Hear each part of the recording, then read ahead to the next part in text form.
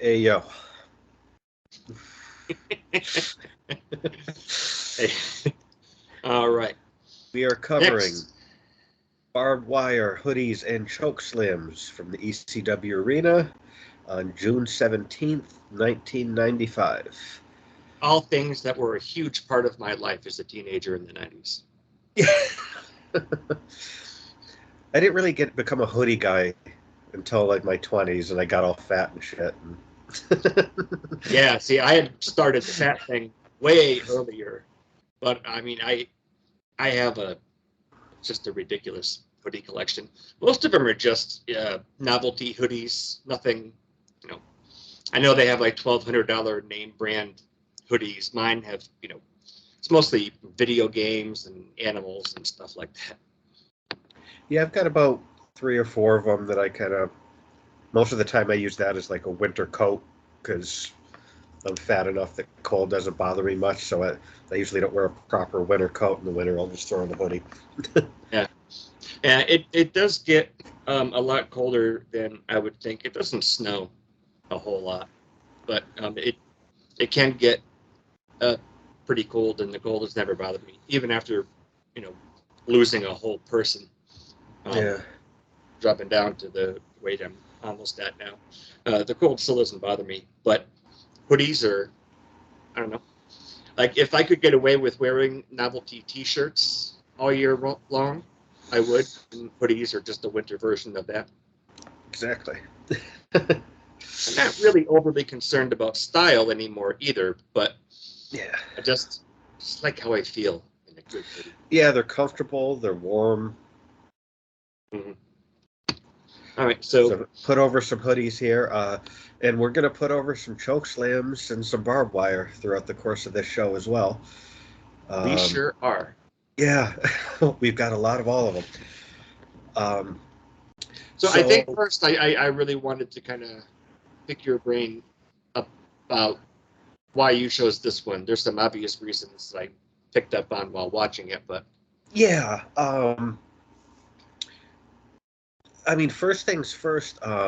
It's been so long in our chronology of shows that we've been watching recently. I was just excited to see some promotion somewhere put a title match on last. So that in itself was noteworthy about this show.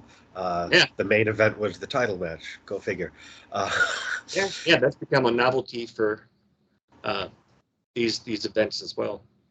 but yeah, I mean, I want this kind of continues the Raven Dreamer saga, which as I said, as far as feuds, in ECW, both as in terms of match quality as well as storyline. I think the two greatest feuds in ECW are Raven and Dreamer, and Sabu and Taz. Um, I think with Raven and Sandman also being on that list, as far as story is concerned. Yeah, Not necessarily like there's ones where it's like Taz and Bam Bam or Van Dam and Jerry Lynn, where there's not much of a story. It's just they have killer matches, but there's not a yeah. story really. Um, When so I wanted to see kind of the continuation of this saga with Raven and Dreamer. It's also the ECW debut of the Gangsters, which I thought was noteworthy. And then you've got a barbed wire title match. So, Sandman and Cactus Jack.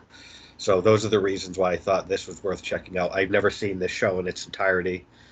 Uh, okay, well, and that's what I was gonna ask you because I know these are all the network versions, and they have yeah, that little disclaimer at the beginning that this is the best way that they were able to kind of edit it together. yeah. Do you know if there was anything that might have been a lot different when it was watched on pay-per-view back then as opposed to now? Um, well, I mean, this was pre pay-per-view for ECW, which What? is yeah, their first pay-per-view was barely legal, which is I believe in '97. So this was like they just taped kind of all their shows, and then um, Premium live event?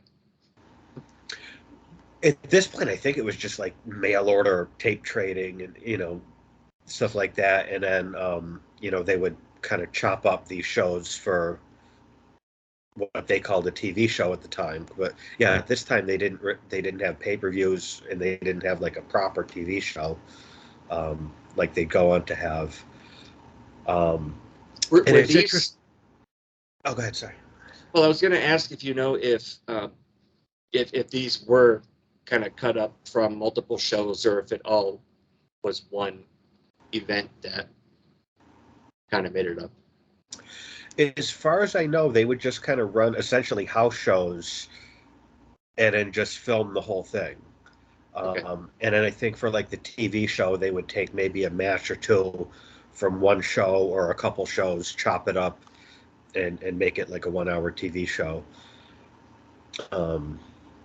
Because they didn't have like a proper TV show like they'd go on to have years later. But yeah, I thought this was just to see kind of a barbed wire title match was not something that was common. This is kind of the only place you could see something like that in the States. Yeah. And it's weird because when I was doing kind of reviewing all the ECW shows to decide what to cover and what not to cover, I had quite a long list. And then I would go and see like, okay, is this on the network? Because everything isn't on the network. And some of that, like I could not find the one where Raven wins the title from the Sandman in a barbed wire match. And I could not find Born to be Wired, which I think is the greatest barbed wire match I've ever seen with Sabu and Terry Funk. That I could not find on the network either, which is very disappointing because I would love to cover that show. Yeah. So I think they probably purposely left off a number of barbed wire matches. Yeah, because even on demand, that stuff like that doesn't really. Well, now they're TV 14 again, but yeah. But yeah, it's I was very disappointed because Born to be Wired with Sabu and Terry Funk, I think is the greatest barbed wire match, at least that I've ever seen. And I've watched a decent amount of stuff from Japan, and I still put Sabu and Funk on the top. But this was on here, so yeah, those are the reasons why I thought this is worth covering. And never having seen this show in its entirety, I was looking forward to seeing a lot of this. And I think we got a mixed bag. There are things I liked. There are things I definitely did not. Yeah. I know, like, we open up with Richards and Mikey, and even just in the very few couple ECW shows that we've gone back and watched, I forgot how over Mikey was around this time. Well, we covered that one last time. This one we do see Mikey, but there is another match prior to Mikey.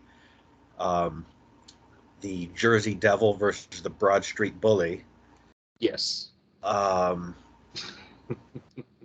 this is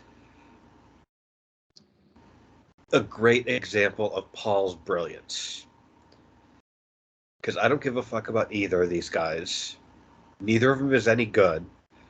But you put some hockey jerseys on them and let a dude chokeslam a motherfucker, and the crowd could not be happier at the end of this match. Yeah. This is just Paul's brilliance. And we've talked before, like especially some of the old WWF stuff we've covered, any kind of geographical, this guy's good because he's from here and this guy's bad because he's from there, does not work on me. So two hockey guys, one's from Jersey, one's from Philly. I don't care. This crowd did. Well, and if you can pull some major feud from a professional sport and kind of stick it in there. I mean, you would see years later, like guys opening up Raw and SmackDown wearing the jersey of a enemy team, for wherever they are, and so especially for this time, I feel that was a pretty clever way for Paul to kind of charge up the crowd. Yeah, and these are, this is a very loyal Philadelphia crowd, and so No, I mean it worked. I'm not saying it didn't work. I'm just saying like Yeah, I'm not a sports guy, and I'm not a guy where geography plays any factor whatsoever for me and who I like and who I don't. But it's a tried and true method to, you know, get get boos heat. and cheers where you want them. Yeah. So the Broad Street Bully wins in about a millisecond. um, the Jersey Devil attacks him from behind with the hockey stick. 911 comes out with Paul. Uh, nails a sick choke slam. The crowd starts chanting one more time. They give it to him. He holds him up there a while on this one too. Yeah, yeah. His choke slams throughout the night were very, very impressive. Yeah, I don't think he had to hit the gym to get a shoulder workout. Like he 911 was over with a capital O here. What an amazing gimmick 911 was. That was brilliant. Just something sucks. Have a big dude come out and choke slam and make the crowd happy. Um, Yeah. One of the things that I'm still getting used to, just kind of jumping back into this era of ECW, is Paul is not in the spot that Todd Gordon is here. right. And so it's interesting to see what Paul was doing and even to see what Todd was doing with the product at this time. Well, as far as I know, Paul had been booking everything pretty early on in the company's history, but he was just, as a on-screen manager still at this point. Um, but yeah, it is interesting kind of to see those two and their respective journeys. Yeah. So yeah, then we get a third choke slam, and Paul says something to the New Jersey Devil I couldn't quite make out. I don't know if you heard it. And then he talks to the crowd and he said, of course, you got to tease everything. Like, he's never done 4 choke slams. Never done it. Never done 4 in a row. And so the crowd starts chanting, do it now, which he proceeds to do. And again, like this, it's just Paul's brilliance to just get the most out of something that shouldn't have been anything. And the crowd could not have been happier with what they saw here to open the show. This is a way to open a show. Yeah. And there is, I think it was a sign guy in the front row had a sign in Paul We Trust. Yeah. Yeah, Paul was over, man. Yeah. Well, and when he was like getting up on the turnbuckles and talking to the crowd, it reminded me of like, are you not entertained? Yeah. Yeah. Kind of a way. And they were, everybody was, but it was just, it was a great look.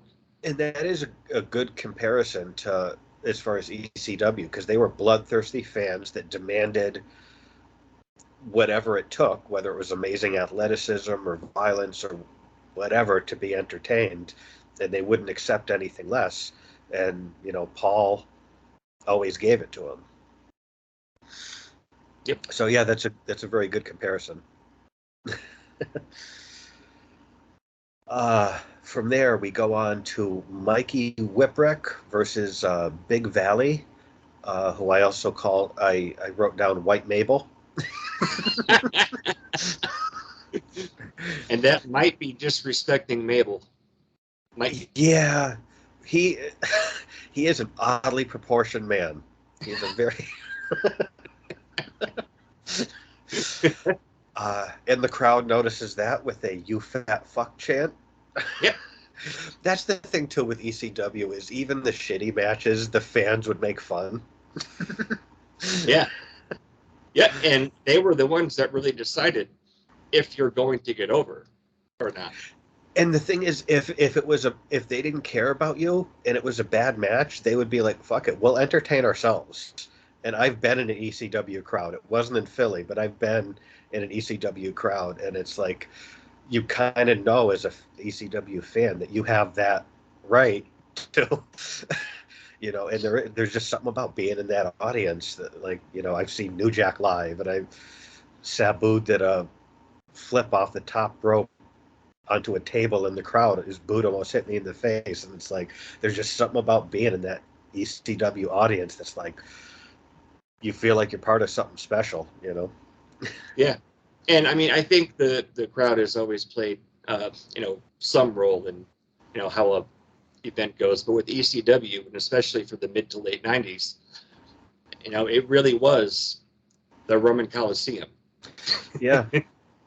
No, it was there's a couple things later on in the show that kind of go into a similar type of thing that I'll definitely want to talk about when we get there.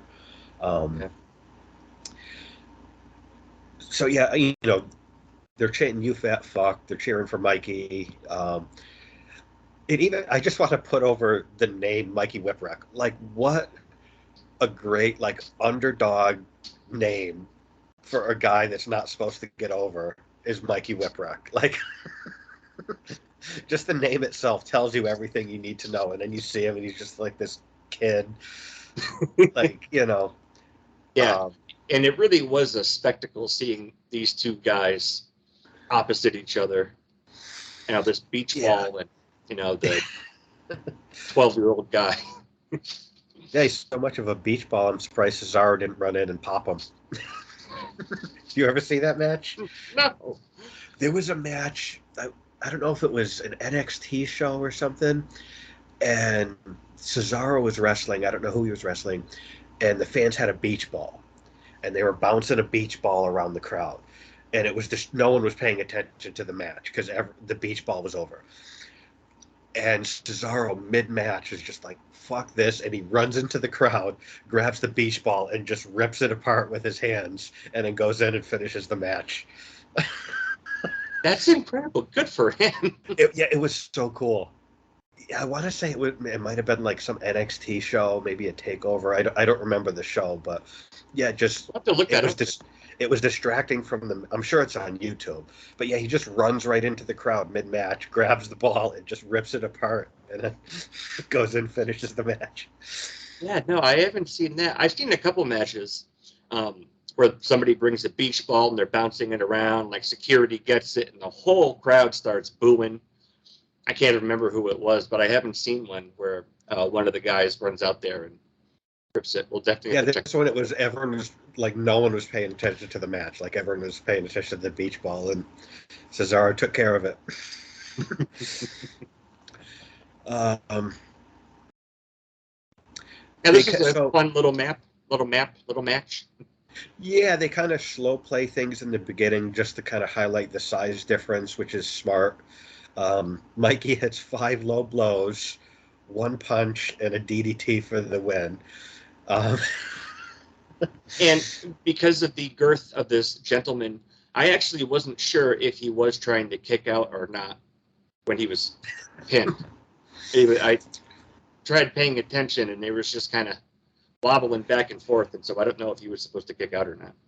Yeah, it was almost like in A Christmas Story, where they get the little brother ready for school, and he's wearing that snowsuit that's so thick he can't put his arms down, and then the bullies push him over, and he's, I can't get up, and he because he's just round because of the the snowsuit.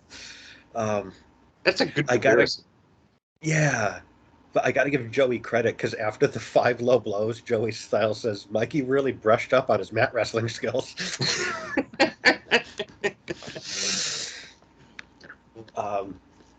So this was a quick, fun little match, and it's interesting too, because this match, like I've heard it said, when I think about matches with huge crowd reactions, one of the first ones that comes to mind is Hogan and Rock.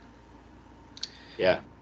And I've heard people say, watch that match with the sound off, and it's not that good. But because of the audience's involvement, and we saw this even during the pandemic when they were doing empty arena shows, the crowd makes such a big difference. And in this case, these Mikey matches, they're fine, but they're nothing special. But because of how over Mikey is, it really makes it seem like something, Yep. So, Yeah, Yeah, this fun is a little fun match. little match for me. Yeah. Like I said, just the spectacle of seeing these two guys and how over Mikey was at the time. I mean, he's like the Daniel O'Brien of mid-90s ECW. And they did a similar thing with Spike, too. Like, Spike got over like a motherfucker for being just like the little underdog. You know, Taking, Spike took a lot more punishment than Mikey, but yeah. I mean, just monster beatings and like yeah. Bam Bam throwing him is just an iconic shot for me, like of what And of ECW course, all about. any other crowd either would have let him fall or caught him and then put him down. ECW fans body surf him around the whole fucking building. Like, so cool. Yeah. Up next, we have Hack Myers versus the Vampire Warrior. It's cool to see Gangrel on here, just because I always liked him. Yeah. I always thought he had a cool look, and I thought he was an underrated wrestler. Like, he wasn't phenomenal, but he was a good wrestler, and I don't think he ever kind of became what he could have been. Well, and I'd never heard of him before WWF at the time, and I thought the Brood was again, you're talking about just like appearances and stuff. Their theme was, even to this day, was just brilliant, and they'd come up. One of the greatest entrances of all time. Yeah. And so seeing him here in a singlet was actually pretty interesting. Like, when I first saw this, I'm like, oh gosh, and see Tommy Dreamer later with his blue and black trunks underneath his shirt. But this was pretty cool to kind of see him at this point, and then knowing where he'll be in just a couple of years, because I had no idea what he did before WWF. Yeah, it's kind of interesting, the people that pass through ECW.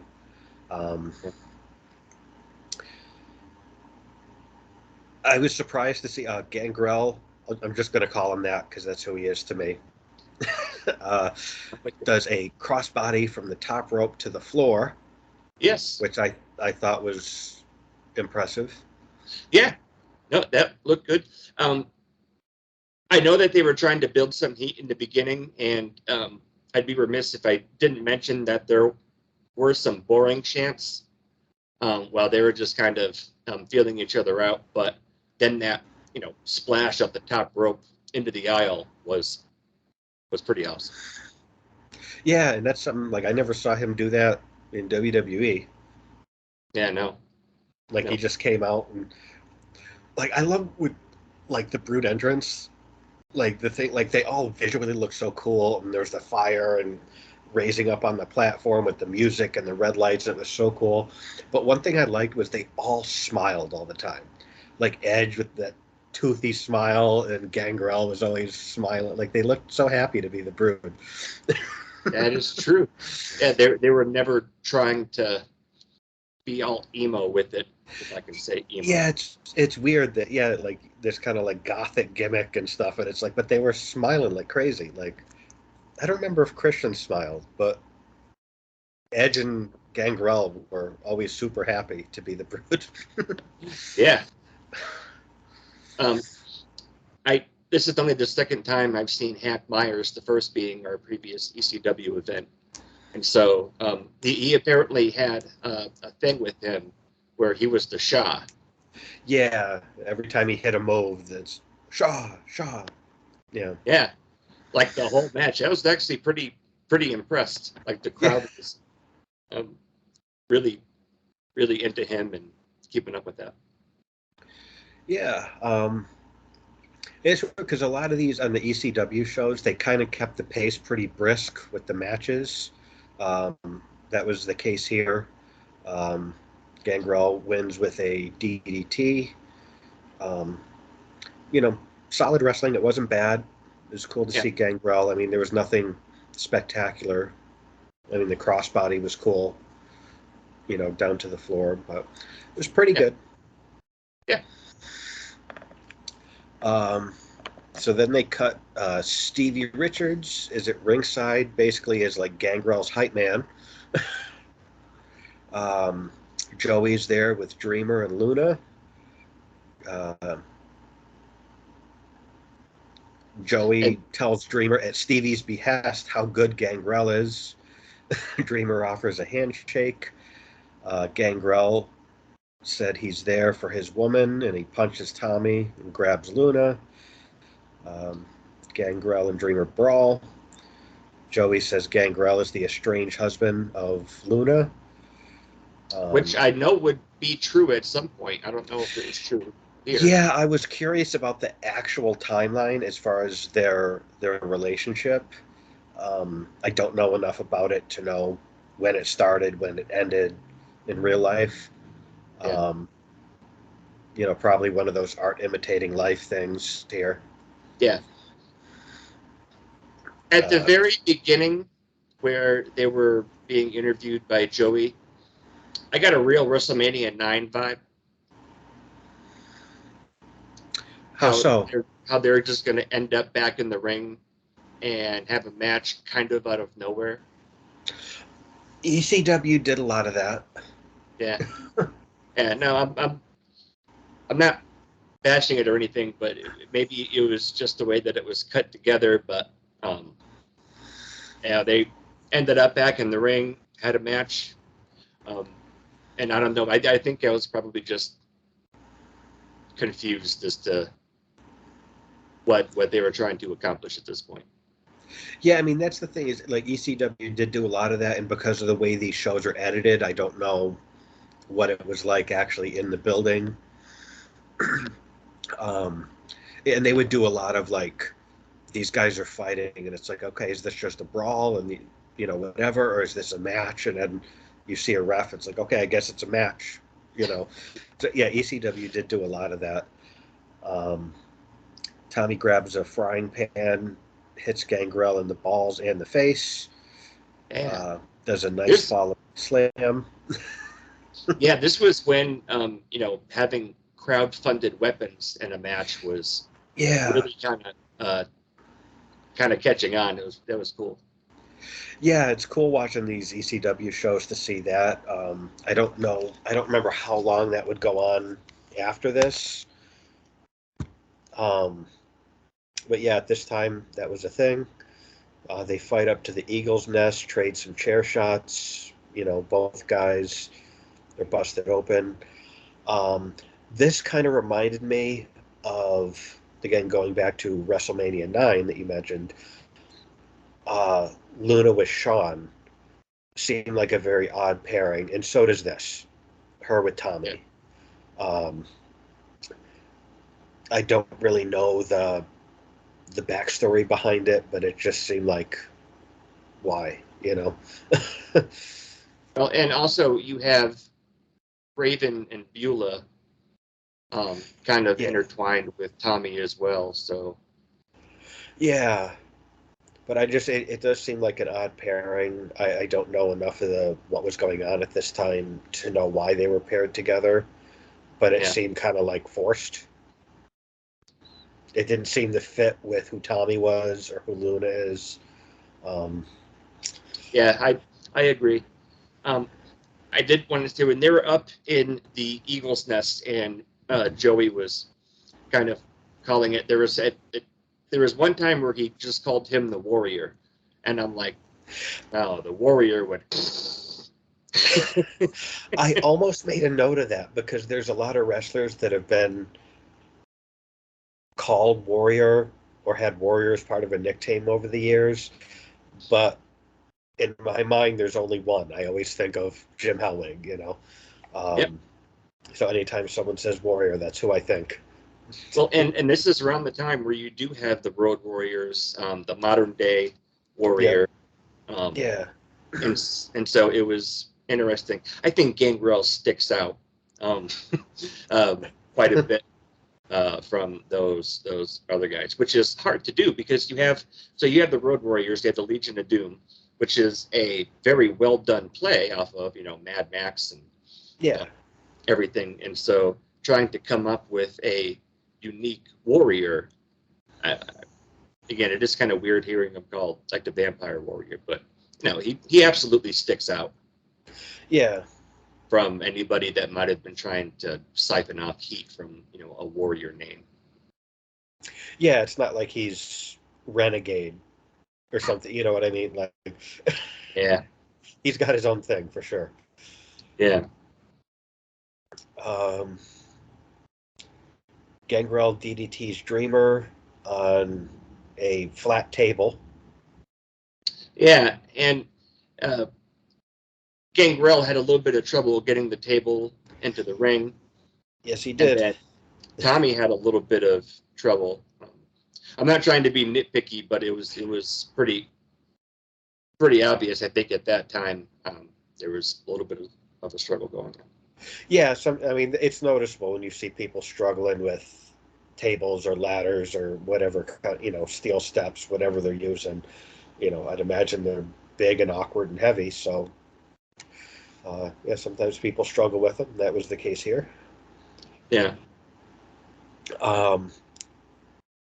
So Dreamer ends up winning with a running, leaping DDT off of a chair. Very Sabu of him. Yeah. And I made a note that this show should actually be called Low Blows, DDTs, and Chokeslams. And that Jake should get a commission every time someone in ECW does a DDT.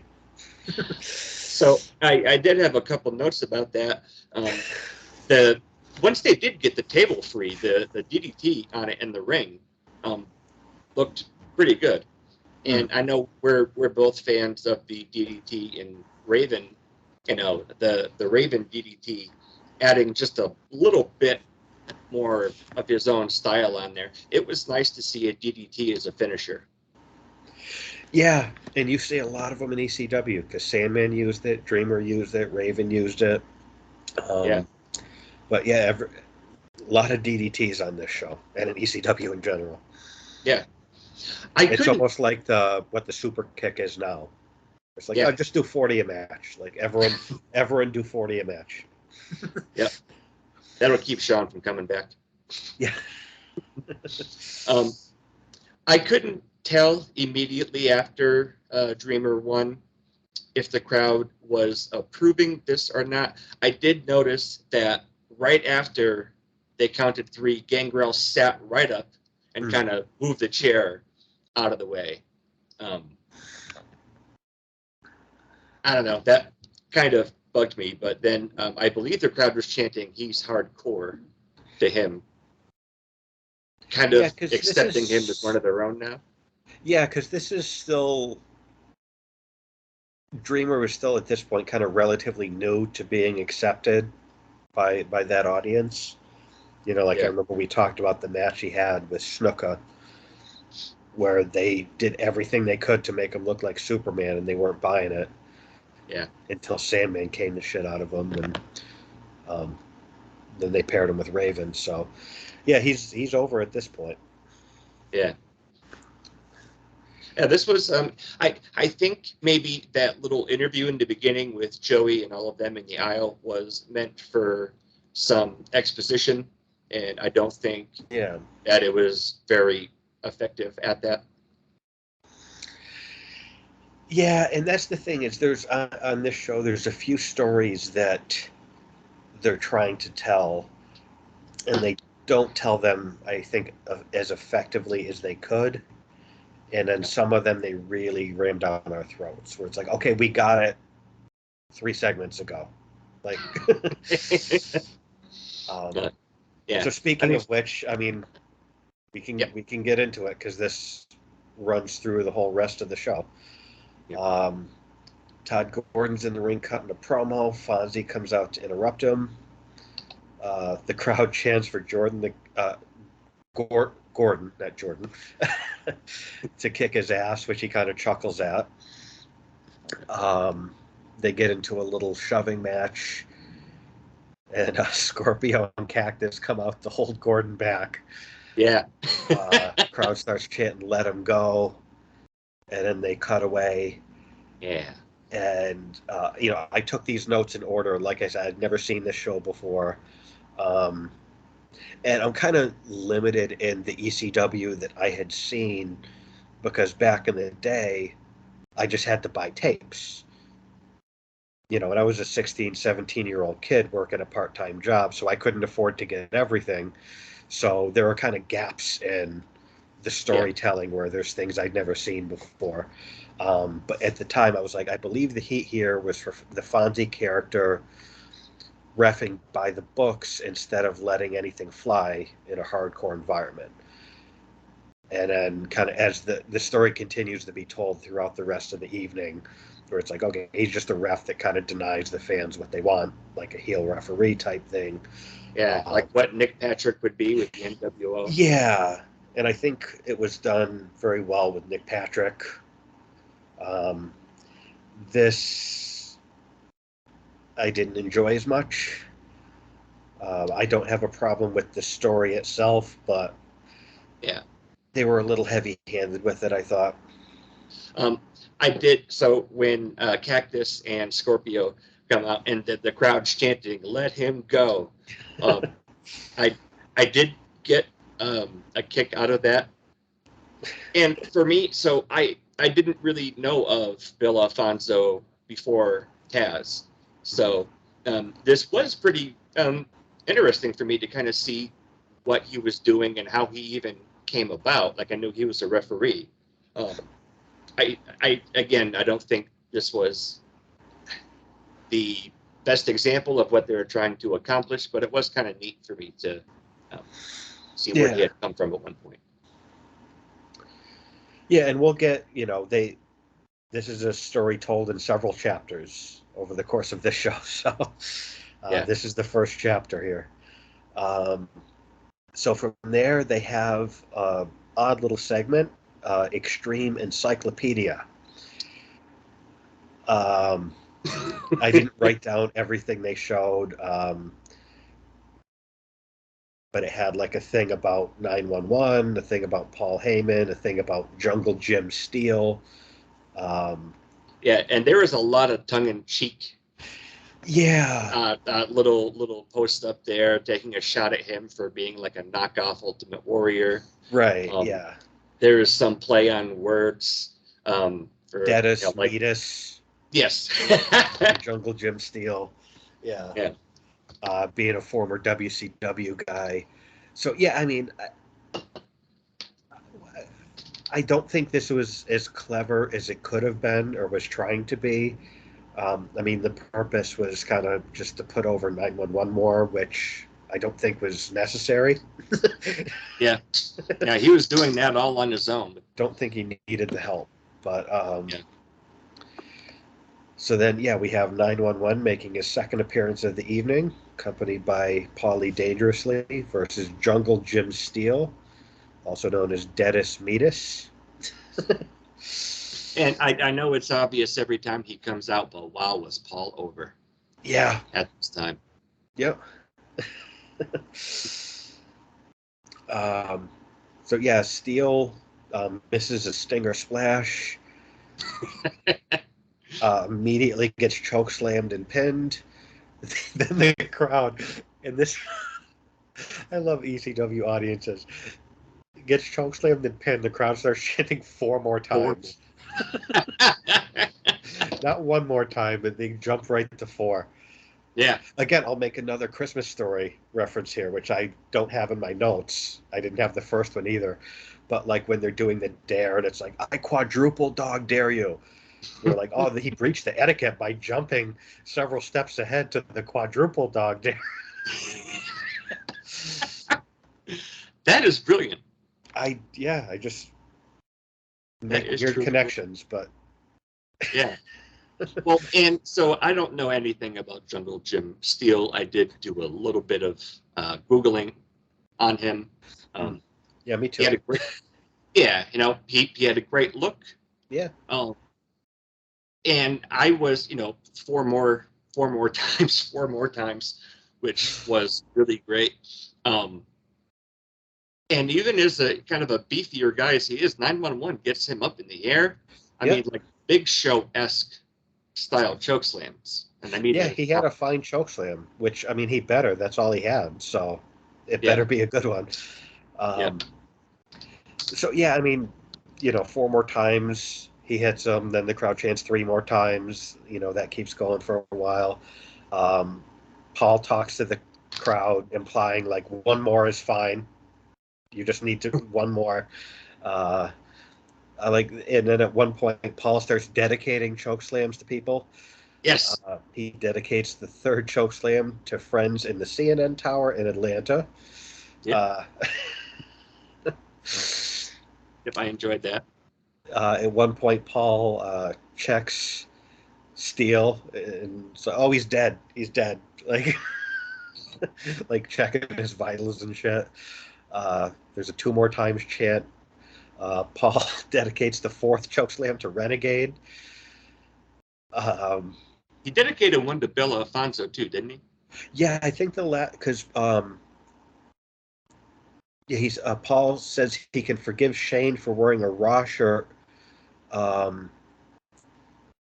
then something else is bleeped, but he says 4 is enough unless he can dedicate the fifth and final chokeslam to Fonzie. Um, so that he gets 5 chokeslams. So I think 911's total so far is 9 chokeslams Oh, for the night, yeah. for the night. Yeah. I noticed someone in the crowd had a sign that said Alfonso, Vince's boy. Oh, I didn't see that. Yeah. Um, but what I think this segment did is, first of all, it gave the crowd exactly what it wanted. But I think it also drove home something the ECW worked really hard to do, which is it's us versus them. We're not the two big. We're not the two big ones. We're different. They're not going to give you what you want. We will. Like just us versus them mentality. That's very true. And just beat the Well, shit out of a former WCW guy. yeah, that really looks like a former WCW guy. Yeah. I was also wondering if how long it had been since Paulie was let go by WCW at this point. I think there'd been a couple years. Yeah.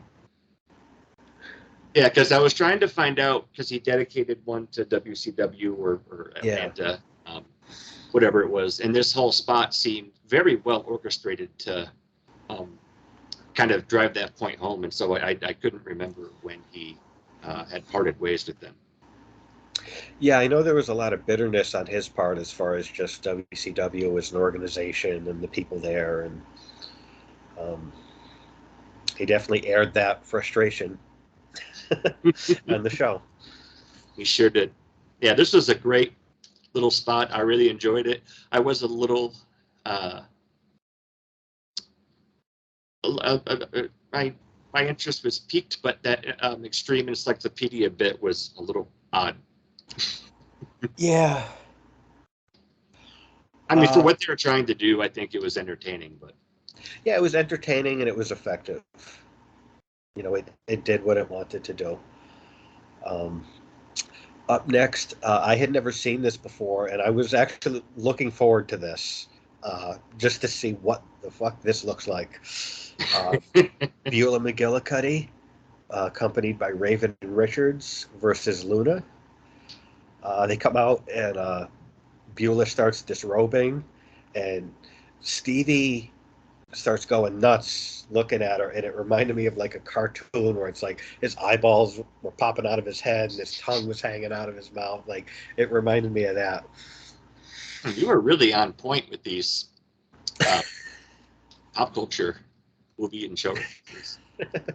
But I like that he's even like as she's disrobing, like Stevie's popping for it, and he's like nudging the ref and nudging Raven, like look, like. I was pretty much doing what Stevie was doing.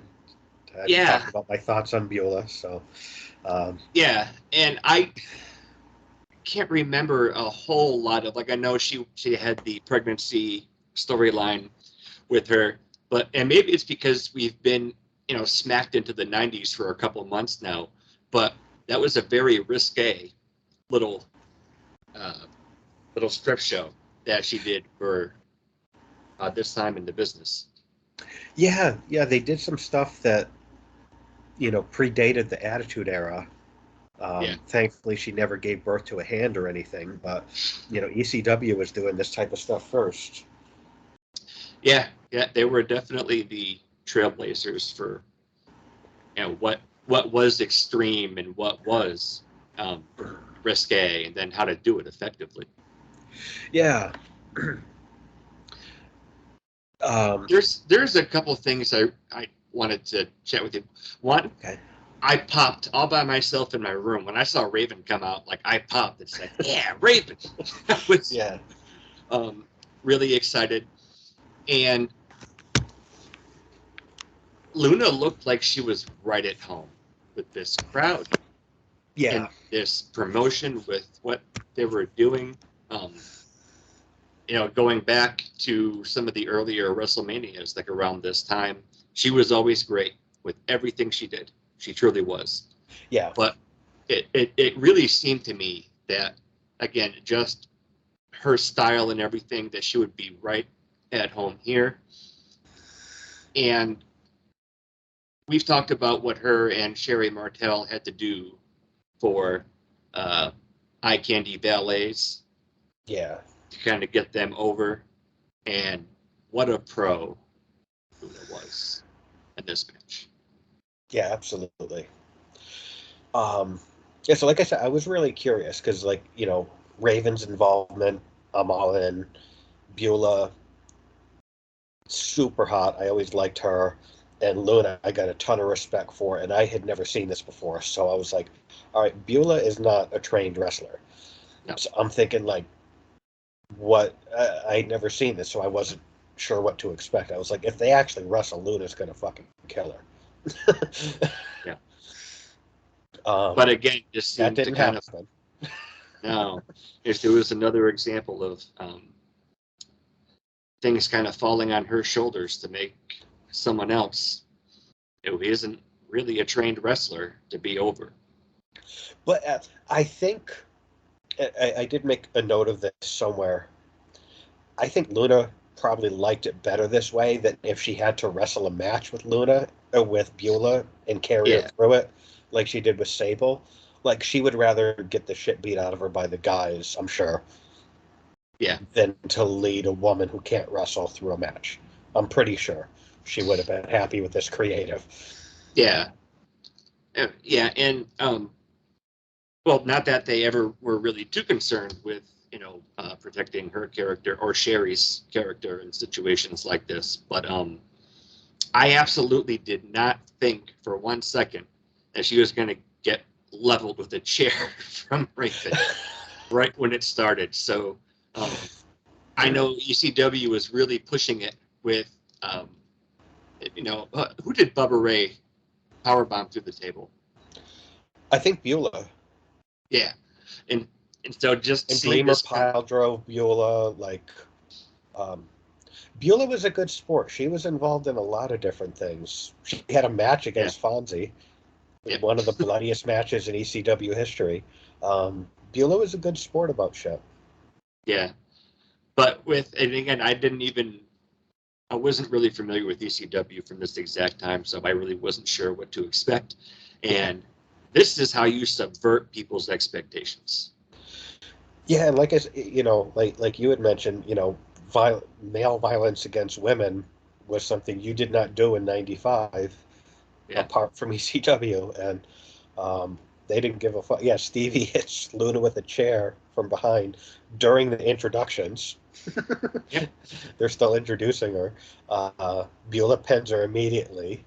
Raven DDTs her, kicks her in the fucking head. I mean, the chair shot was enough to get this over, and they're like, nope, nope, and it wasn't a little powder puff chair shot. It was a decent chair shot. It sure was. Dreamer runs down for the save. Raven beats him down and then snaps his fingers, which I always like that spot. That's a big thing with a couple, in British wrestling. people, like Marty Skrull and Pete Dunne do stuff like that, where the finger snap. I always like that because it makes a pop and it looks brutal. Um, so Yeah. he's doing that spot on Tommy. He DDTs Luna again, and then snaps Dreamer's fingers like several more times. Stevie hits Dreamer with the chair for trying to fight back.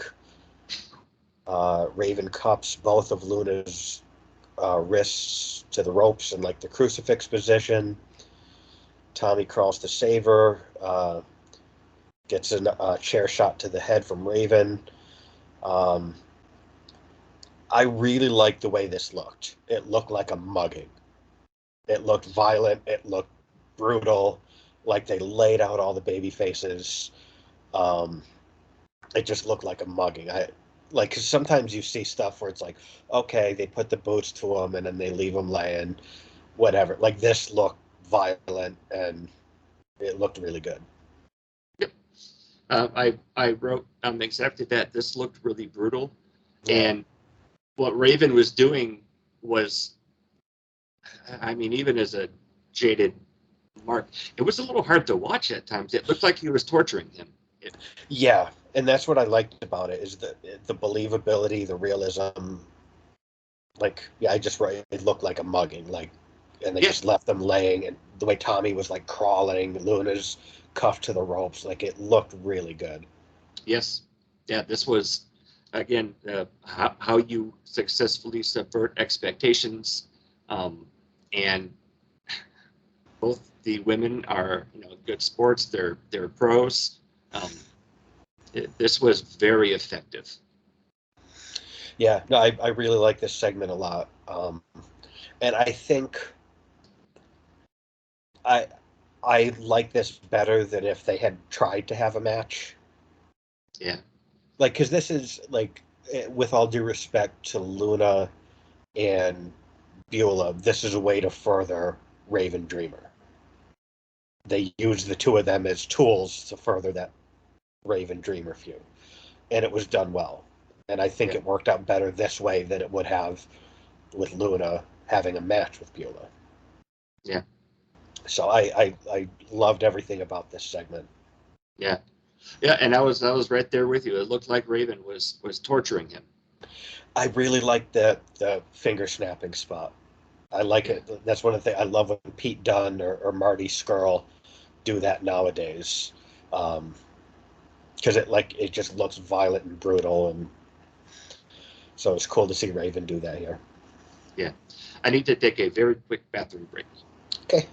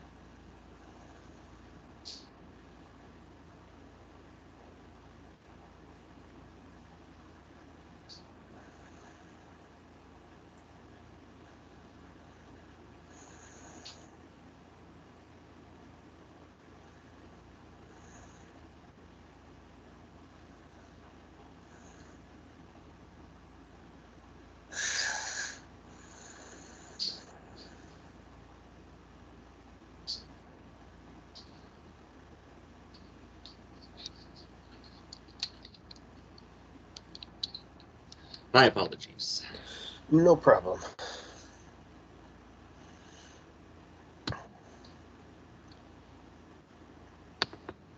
But yeah, this match and this little altercation definitely sticks out as one of the really incredible spots for this whole event.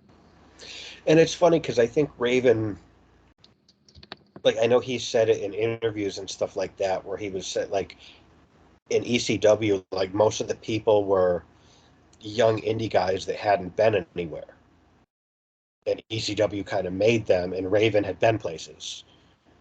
Not long before this, he was working in Stamford in the office. Yeah. You know, and he had been in territories. He had been in WCW and WWF, and so Raven, I think, had a different level. So when you see the stuff that he was involved in, it like had a lot more layers and more depth to it than I think a lot of the other stories. Like Raven's fingerprints are all over, you know, this and what's about to come next. It's like his fingerprints are all over that. Agreed. And he knew, yeah, you know, not just how to work with other people, but everything he was doing around this time with his own character was, Yeah. you know, that was the bleeding edge story for what ECW was doing and what the promotion was trying to be about, I think. Yeah. So up next, we have Raven and the Pitbulls, accompanied by Stevie Richards, versus Scorpio, Taz, and Hack Myers, who is subbing for an injured Tommy Dreamer. A lot of people do double duty on this show. We've seen 911 twice. We've seen Stevie and Raven twice. Hack Myers twice. A lot of people do double duty on these shows. Yeah. I got so excited when Taz came out. Yeah, because this is like he cut the hair, and I think because he had been out, I believe, with the neck injury, and that's when he came back, cut the hair, and became the Taz that we all know now. And dropped the Tasmaniac thing and the little Tarzan outfit and stuff. Yeah. Yeah. No, I mean, he is the original founder of Suplex City. Absolutely. I'm sure I made a note about Suplex City at some point during this match. Yeah. But yeah, seeing him removed from the Tasmaniac, like you said, he's just in a singlet now. And him and Scorpio, I mean, that's a great team, both in their styles, their abilities, but even in their attire, you know, kind of orange and dark. Like I was watching this and I'm like, what a fantastic idea for a tag team. Yeah, and this was, I'll spoil it for you. This is my match of the night by far. I loved everything about this match, and Scorpio and Taz could have been, I mean, I think they're both known as like great singles guys, but these two as a team is just phenomenal. Just the contrast in styles, how good both of them are at what they do, and they bring something different. You know, each of them brings something different to the table. Yeah. And then Hack Myers is there as well. So yeah, Myers comes out, cleans house, and then Fonzie says that Dreamer was in the match, not Myers. Dreamer's too much of a coward to show up, and he kicks Myers out. um, kind of continuing the storyline of Fonzie just ruining anything the fans would want to see. He's going to come out and ruin it for him. He's the authority almost. Yeah. And so Scorp comes out alone. He beats up all three for a bit, but then he gets swarmed, gets beat down. Taz comes out, throws everyone around with some really nice suplexes and clears the ring. So the baby faces are up, but it's going to be 3-on-2 here. Yeah. Pitbulls and Raven versus Scorpio and Taz. And then Paul, one thing I don't like about these ECW shows is sometimes it's hard to hear what someone says on the mic just because the sound quality isn't that great.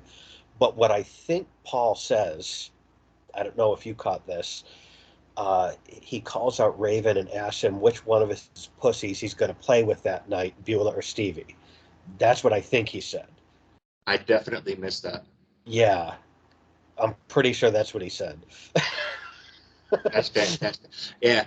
I can, I really, I don't know, seeing stuff like this with almost like a motion blur filter on, because that's just, I don't know, how the quality was back then.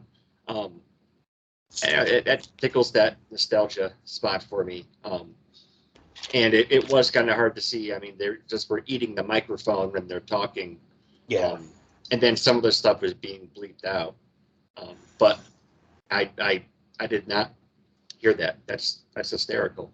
Yeah, I'm pretty sure he said something to that effect.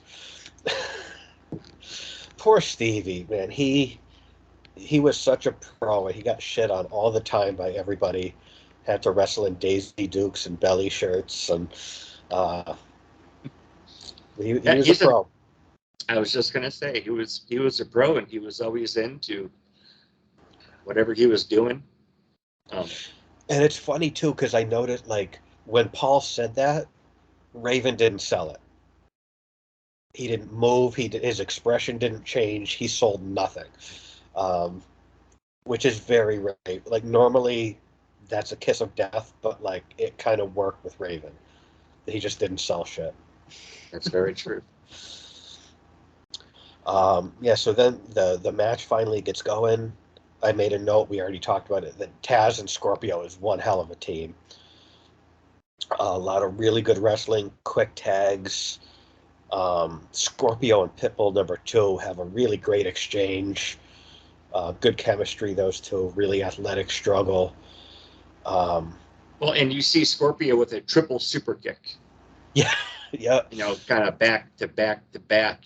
And we talked about this not that long ago. Flash is not a cruiserweight. No, he's a big guy to be doing what he does. Yeah, and he always pulled it off really well. And so it's cool. I mean, because you look at Taz, Taz is quite a bit smaller than Scorpio is, but he's the powerhouse of the team in a way. So it was a really cool contrast. Yeah, it's funny. I'm currently reading Eddie Guerrero's autobiography, and he was talking about his time in Japan and working with Scorpio, and he was saying like I've never seen a guy his size be that graceful and be able to do the stuff he did, because for a guy that does that high flying style, he's kind of one of the biggest, because he was a thick dude, muscular and pretty tall for a guy to be doing 450s, and he would do those like moonsault leg drops and just super graceful, very ahead of his time. And he was usually right on point too. Oh yeah, very precise, super smooth. Yeah, no matter who he was working with, he was always right on point. So, and he always did a good job of putting over who he was working with. And he could do like classic pro wrestling stuff too. He wasn't strictly a high flyer. Like he could throw people around with suplexes, and he always had a good power bomb. So he could do kind of more classic pro wrestling stuff in addition to the high flying. Yeah, he'd have little bits of chain wrestling with people, with a lot of quick flips and turns and tucks and. Yeah, really, I can't say enough good stuff about him. Just super innovative, really kind of well-rounded pro wrestler that never got to where I think he could have or should have. Agreed. Let's see. There was one point where he does a moonsault, and again, just watching how graceful he is, Joey Styles goes picture perfect moonsault. It looked very Kurt Angle-esque, that moonsault. Yeah. Because Kurt, as many moonsaults as I've seen, Kurt was, it's like once he left his feet, it's like he had a switch where he changed how gravity worked or something, because he seemed to hang in the air forever, and before he came down, and Scorpio kind of had that as well. Yeah, like once they get up in the air, their bodies don't move. They never have to adjust, or they're just very graceful and always hit. Yeah. Well, Scorpio usually did. I was really impressed at one point. Raven hits a really nice suplex on Taz, and it's a very Taz-like suplex. It's not like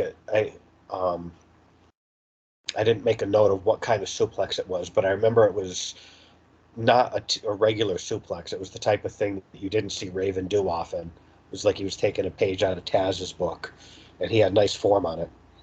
Yeah, I missed that. People kind of forget like Raven could wrestle. Like, most of the people that give him credit, which sadly isn't enough people, Yeah. but because he did his best work in front of smaller crowds, but yeah, people kind of forget like he was a hell of a wrestler when he wanted to be. Like people give him credit for his promos and his character work, but and his psychology. But he had a really nice drop kick too, which he didn't throw that often, but he had a really nice form on it when he wanted to throw it. Yeah. And we've talked about before. You can kind of see Jake the Snake Roberts kind of informing Raven's style and his character and everything. And so the Raven DDT was a great finisher that he, kind of adopted. And it was just another great example of doing so much with so little. Yeah. And he never needed much. Half the time, he didn't even need a great opponent. He was just always very. He was always very precise. You never really see him kind of bubbling around, not sure what to do. Whatever story was trying to be told, with very rare exception, he'd be in there and it would be great. Even his stuff in WCW. Yeah, no, I thought he was used fairly well in WCW. He got a lot of TV time. It was something different, which is one of the things I loved about WCW was there was something for everyone. I love the variety of, okay, you've got your cruiserweights, and then you've got, guys like Regal and Finlay that'll just beat the shit out of you and out wrestle you, and then you've got your main eventers, and then you got the Flock, and then you've got,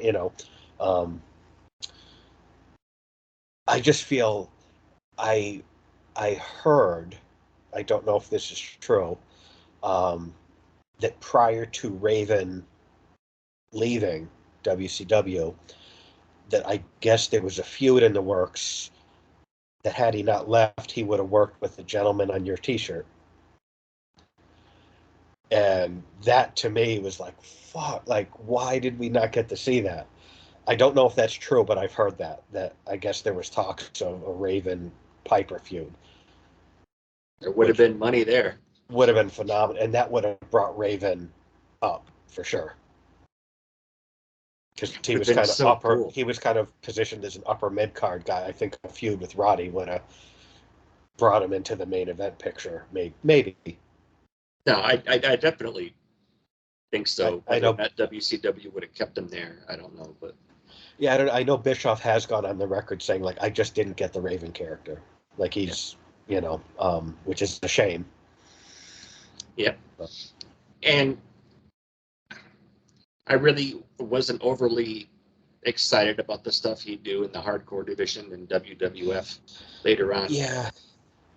Because it was, okay, so we'd go out there and have, these, grocery cart full of fireworks match or, whatever it was, but he didn't get a lot of time to develop his character or tell a story to, get over with the crowd and give, more depth to who he was and what he was trying to do. And I think that's, everybody loses out on that. Well, I think that nobody but Paul got Raven.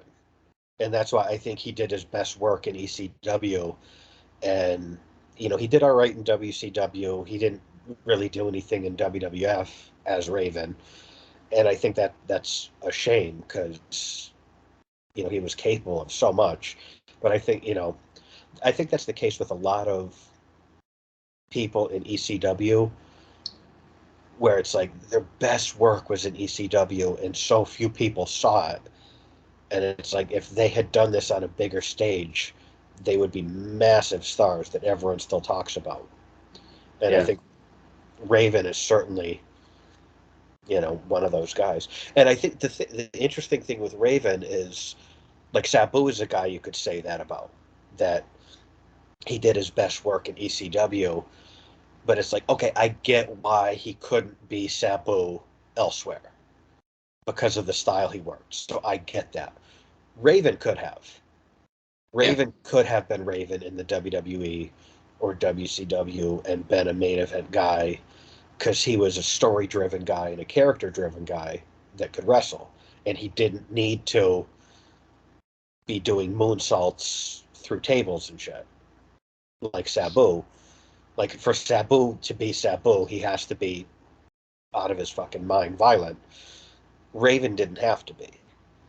Yeah. And so I think it's a shame that, you know, he didn't get a chance to really spread his wings as Raven on a bigger stage. And I think of the flock in WCW, people who were either rejected from the NWO or just not a fit into that 700 person stable. Raven took these guys and made a lot of them into stars for Raw, or not Raw, for Nitro, and Thunder. Yeah. And his little thing with Kidman was that was so well done. Yeah, I mean, Kidman and Saturn did all right out of that. Yeah. You know. But yeah, no, I completely agree. Raven was definitely underutilized in WWE. And just, and again, just what they were trying to do, there really wasn't time or room for somebody to be developing a multi-layered, character to try to get over, because, the women are barking like dogs. And yeah. And I heard that Vince had heat with him because when he was Johnny Polo, he used to party with Shane, because I guess Raven and Shane were friends. And I guess Vince considered Raven to be a bad influence on Shane. And I guess he never forgave him for it or something. That's what Raven has said. I don't know if that's true. I can certainly picture him and Shane partying and Raven being a bad influence on a young Shane McMahon for sure. I don't know. Yeah. So we have the well, all of a sudden we just see Raven dragging Beulah down the aisle, kind of by her hair, which. Well, prior to that, so they at one point they show Paul outside the ring, and he's looking at the camera and saying that some people have no taste, and he points out a female fan that's at ringside with a "I Heart You, Stevie Richards" sign, and we of course recognize her as Francine, the future Queen of Extreme. Yep. Joey, of course, is offended by this because he never missed an opportunity to shit on Stevie. So then there's a little kind of miscommunication. Scorpio goes up top to do a 450 on one of the pit bulls. Taz comes in, picks him up, and does a suplex. And then Taz and Scorpio kind of argue over the miscommunication, because I guess Taz didn't notice that Scorpio was on the top rope about to do a 450 and win the match. He just blended right in. Yeah, Scorpio's a hard guy to miss standing on the top rope. With bright orange pants. Yeah, so they argue over the miscommunication. Pitbulls attack Taz. Yeah, and then Raven just bails out. He slaps Stevie for chatting with this female fan. And Stevie was always good at just being the goofball kind of imbecile. It's like, hey, a girl likes me, like he wasn't afraid to make a fool of himself. A lot of credit to Stevie for that. Yeah. So Raven slaps the shit out of him for that. And then Beulah gets in this woman's face.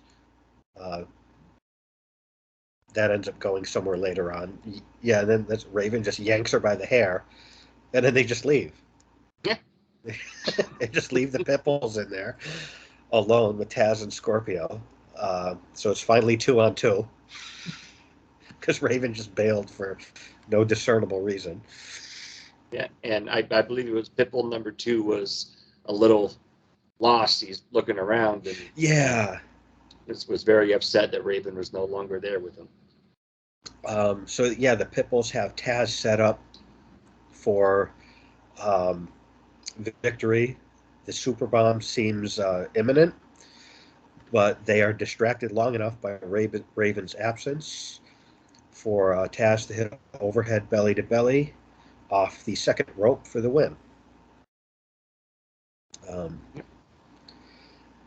there are a lot of moving parts in this match, as there are for anything Raven does. Yeah, I think for me, I was paying a lot of attention to Taz and Scorpio and what they were doing, because those guys always put on a very technical and well, I mean, I guess with Scorpio it'd be like a high flying match, but to see what they were doing. But yeah, I think because maybe I wasn't up to speed on what was going on with the Pitbulls and Raven, that some of that was probably lost on me. Um, yeah, like I mean, it was kind of a lot of moving parts. But it does. I mean, the wrestling itself was great. The storytelling was great. It set up a lot of things, um, like Raven and Richards versus the Pitbulls, the Francine Stevie girlfriend angle, and the Beulah Francine feud. So it sets up a lot of things. While the wrestling Yeah, itself was really, really good, and it sets up for things to come. So this was, I mean, again, Raven's fingerprints are all over this yeah, in like the best possible way. I really like this. yeah. It did accomplish things. I didn't know that that's how Francine uh, was introduced into ECW. Yeah, she comes in as Stevie's girlfriend. Um, That's, I do remember now. Joey Styles was uh, very disgusted with that sign that yeah, she had. yeah. Joey always took cheap shots at Stevie on the mic. But Um, yeah, there was everything that was going on was always interesting. It had a really good pace, I think, um, with uh, the at first it's a handicap match, but just trying to keep up with that, what's going on with Stevie on the outside with Beulah and Francine, and you just have Taz and Scorpio who are trying to, flip and suplex everyone to death. Um, it was, I mean, there's never a dull moment in here. no, not at all. And there was so much going on here where it's sort of like, okay, it's a 6-man tag, but Raven injured Tommy, so then it's Hack Myers, but Hack can't wrestle because he can't replace him because Fonzie squashed that. So you have the Dreamer Raven, you have Fonzie involved, then you got the match itself, and then Raven bails, so that sets up for Raven and the Pitbulls feuding. There's the introduction of Francine. So it's like there's so many different things going on here, storyline wise. Yeah, they laid a lot of groundwork with this. Yeah. Well And done. then and the match itself delivered. Yeah, Because sometimes you could tell a good story, but the match isn't that great, or vice versa. This it had everything. There were so many storylines involved in this, and the wrestling really delivered. So yeah, I loved it. yeah. Up next, we have the tag team champions, Public Enemy, defending against Axel Rotten and his mystery partner. Um, Axel comes out and cuts a promo putting over him being more violent than Public Enemy. He introduces Ian as his partner, so we're going to have the Bad Breed reuniting here. Um, Fonzie comes out and says Bad Breed can't tag ever again due to a stipulation and an old match that they lost against the Pitbulls. So we're not getting that. He denies them once again. Yeah. Uh, we're not going to see Public Enemy versus Bad Breed. And I couldn't really figure out what the stipulation was, because Foxo was saying that this would like end the event if this were to happen, and so I didn't pick up on what exactly the stipulation was stipulating. I guess what happened was Bad Breed had a match at some point with the Pitbulls, and if they lost, they could never tag again. Okay. Is what I gathered, and so they did lose. So technically, they couldn't tag again, and for once in the history of pro wrestling, that was enforced. Uh, so Fonzie says no, and then he grabs a chair and a bat that are in the ring, so they couldn't use it, and he calls out Gordon. The crowd makes up some sort of song about Fonzie taking it up the ass. Yep. Axel says he wants to fight Public Enemy and win the titles, but he can't do that without Fonzie shutting down all of ECW. Apparently, he has that power. Yeah. If the Bad Breed reunite, the whole company will fold. So, Fonzie was a powerful man. So he can't do what he wants to do and fight for the titles, but he does want to give the fan their money's worth. So then he just attacks Ian, and they brawl out of the building while Public Enemy celebrate nothing in the ring.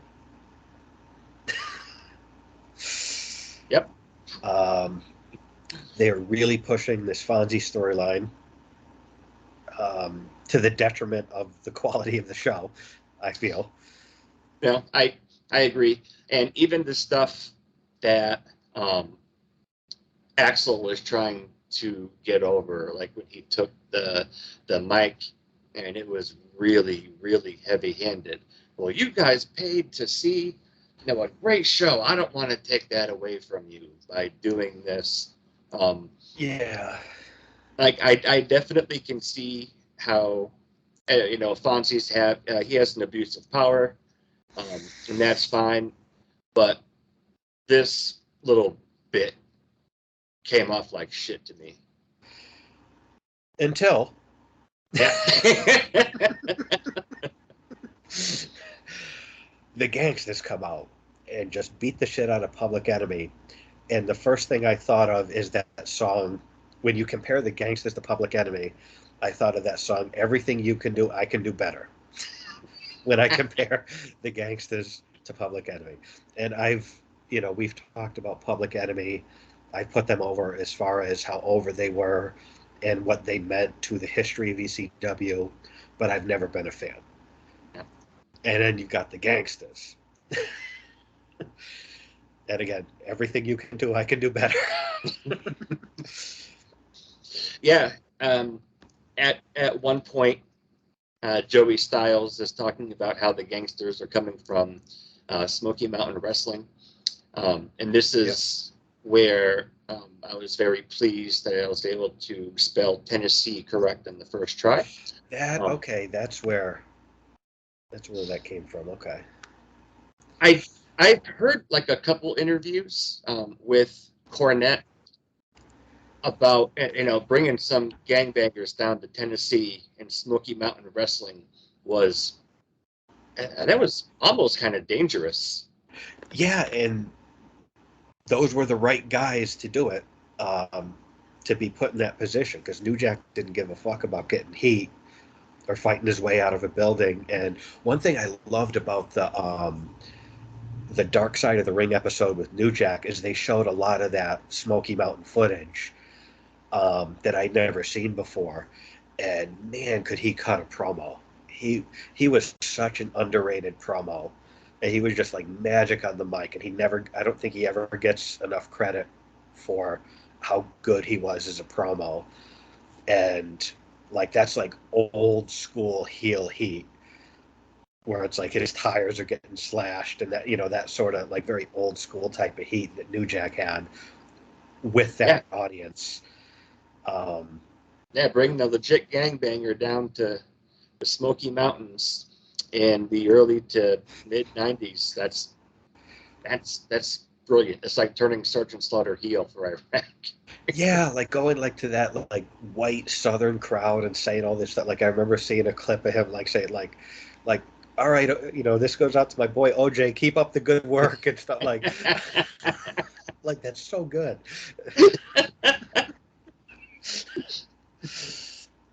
So yeah, it was really cool to see them come out here. They beat down Public Enemy. Um, Mustafa, or as the autocorrect on my phone when I was taking notes changed it to Mustangs, um, does a cool top rope Vader bomb. Yeah, Did you notice that? Like he kind I of did. sprung up and did it from the top, not the second. Yeah, and he got almost completely vertical too, coming Yeah, straight up and then just because that's drop odd down. positioning to do it from the top, but he does it. He launches New Jack off the top rope onto Rocco Rock, who's on an already broken table, and then the gangsters get arrested. Yeah, but looks like very real police officers Yeah, uh, get into the ring. And all I kept thinking was, what a what a sight this is to have a bunch of white police officers with some black gang members. Just that in and of itself creates the right kind of heat for this era in the business and in society as a whole. And I mean, kudos to New Jack and Mustafa for doing that kind of stuff down in Smoky Mountain, um, yeah. but coming here and just having the balls to do they kind of pushed that narrative at this time in the 90s. Yeah, and I mean, even like on the dark side of the ring, even Cornette has said, ECW was the perfect place for the gangsters.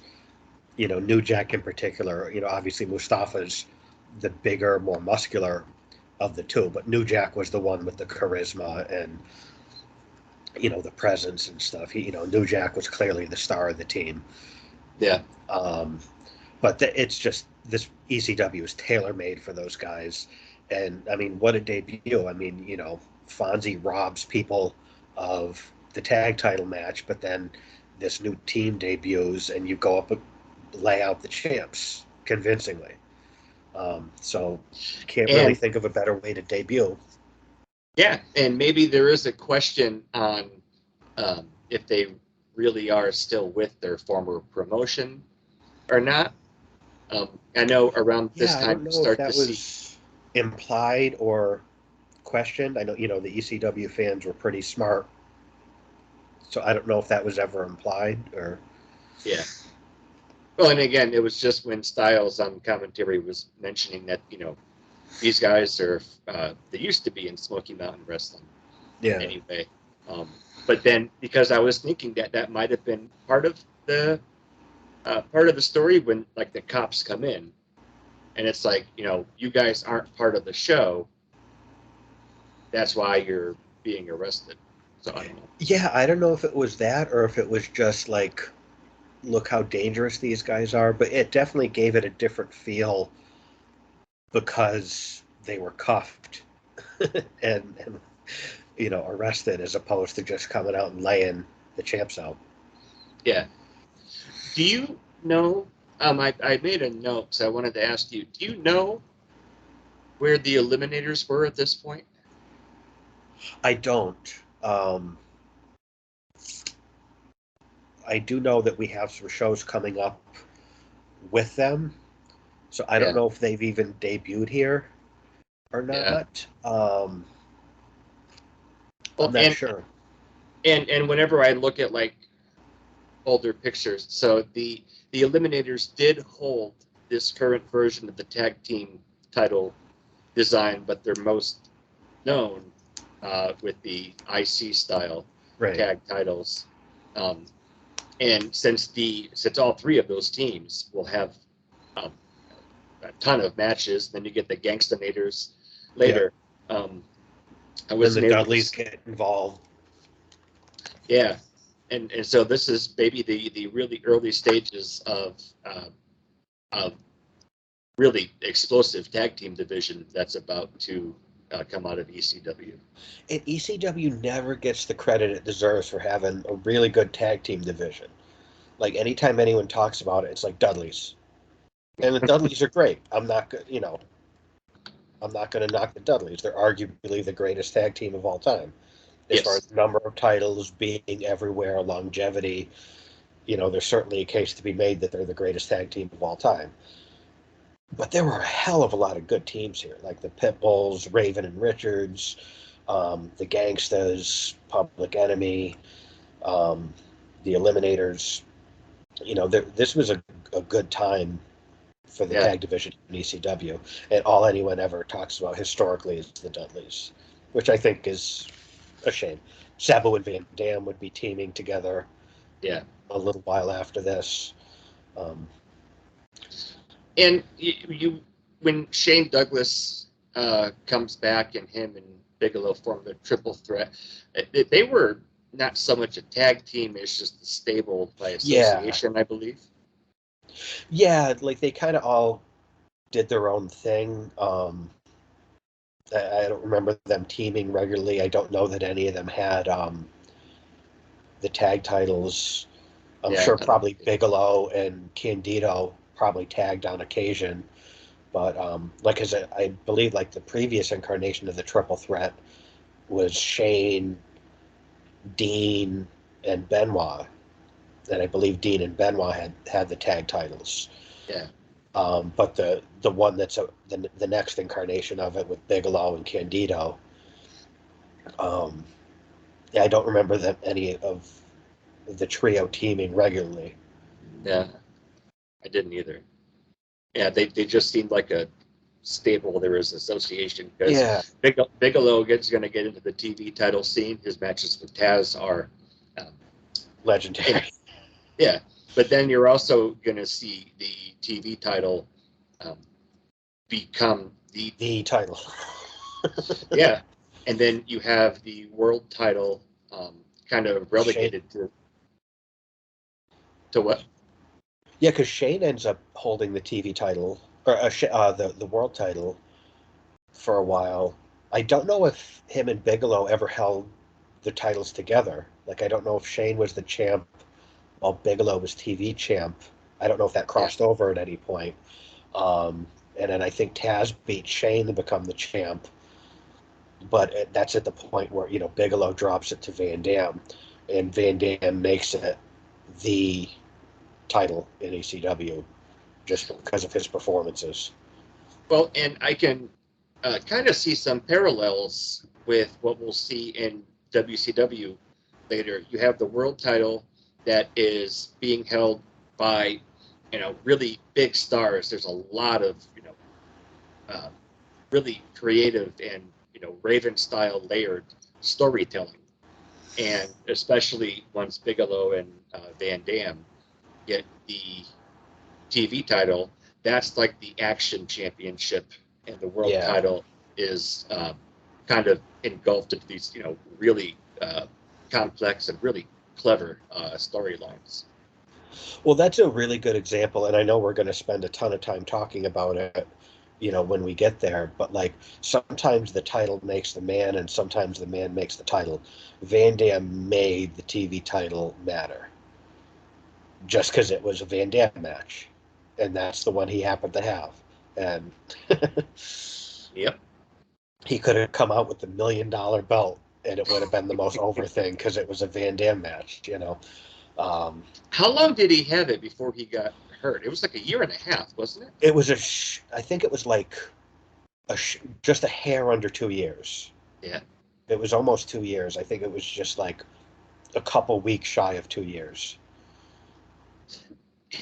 And every later on pay-per-view, but every event where because there were times where that would be the main event, even with Yep. a world title match.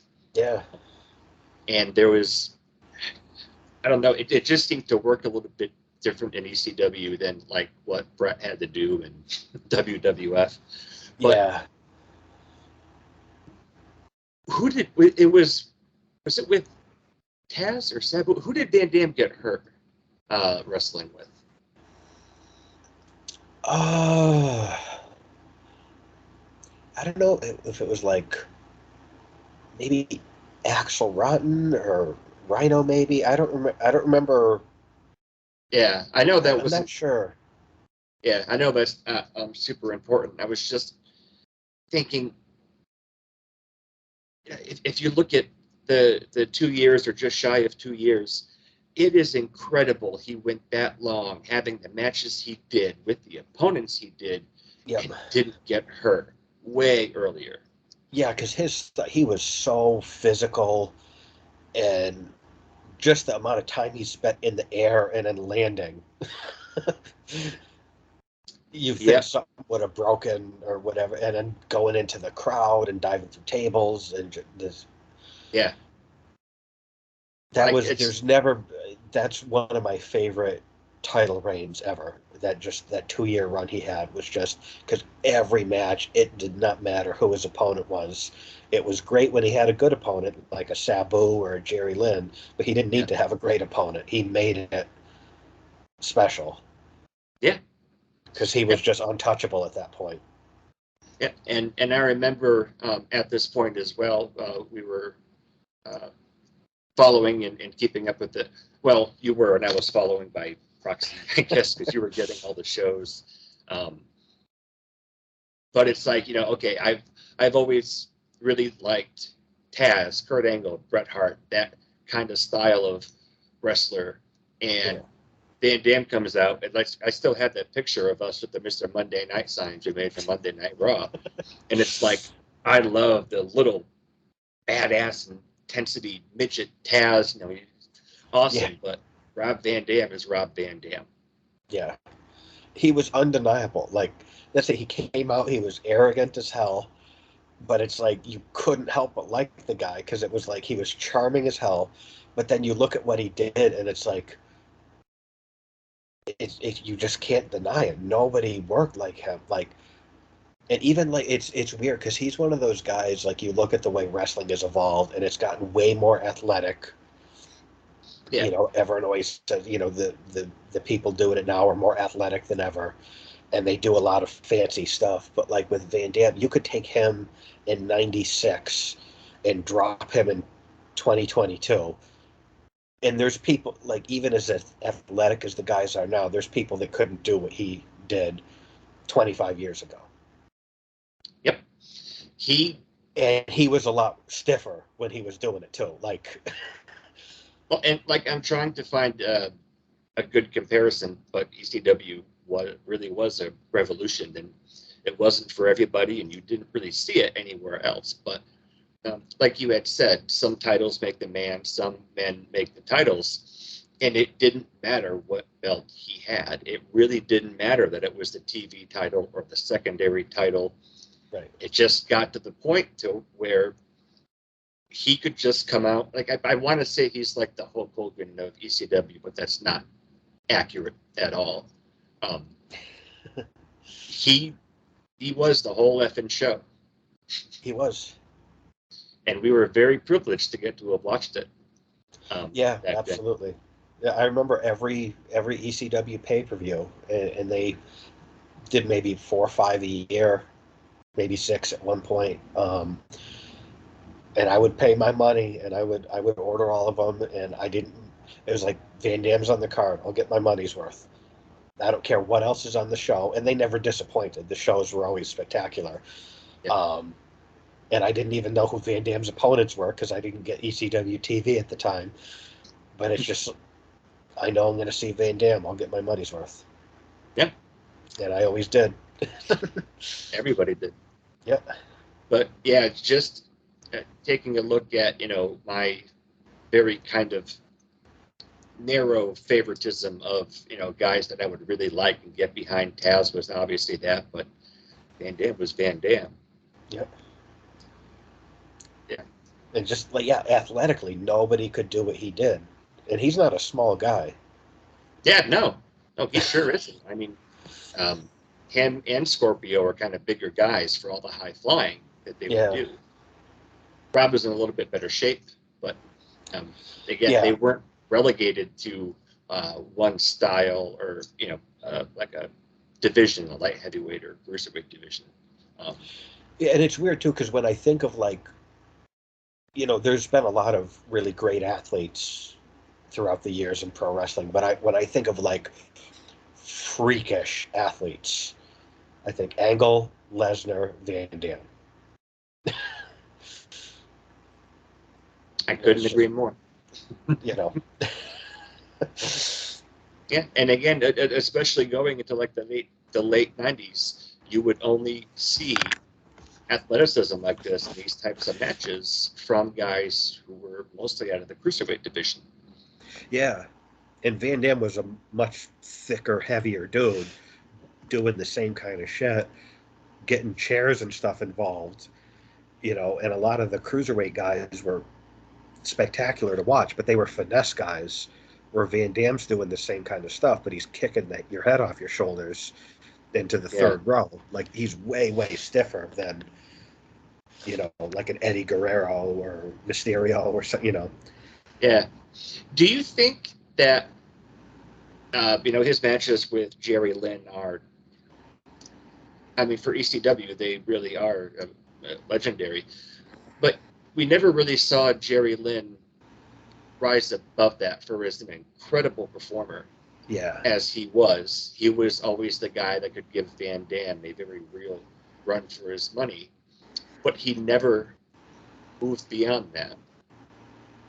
Yeah, I mean, I think he had a quick run with the ECW title towards the end.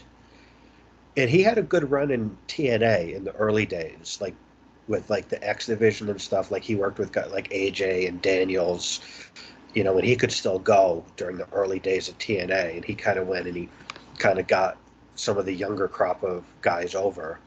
But yeah, he's one of those guys where it's sort of like he never got to be the man. It's one of those, like, if you were there, you got it, but if not, you'd never understand type of guys, Yeah. Which I think was the case with a lot of people, like with ECW, And so many of the guys who got, kind of crapped on and shut out in WCW migrated through ECW, figured out who they were, and then went to WWF, WWE, made their fortunes, and yeah.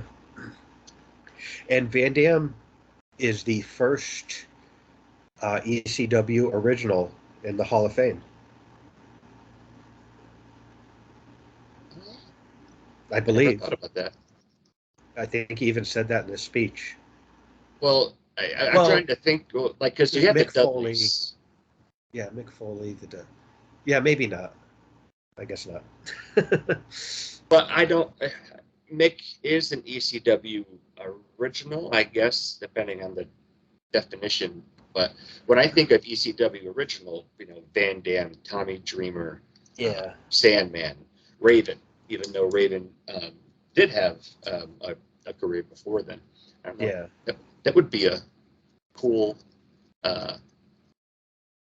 little sidebar episode we could do at one point. That would be awesome to kind of examine that. But yeah, so the Sandman. So yeah, we've got our main event. A world title match is being held inside of barbed wire. The Sandman, accompanied by Woman, versus Cactus Jack. How hot did Woman look here? Oh my God. I'm not trying to, be disrespectful, but that outfit. Yep. She was definitely a very attractive woman. Yes. And Sandman looks very intimidating when he comes out. Like, he's just got that kind of evil kind of stare. He looks insane. Yeah. Yep. Looks like this is not a guy I want to be messing with.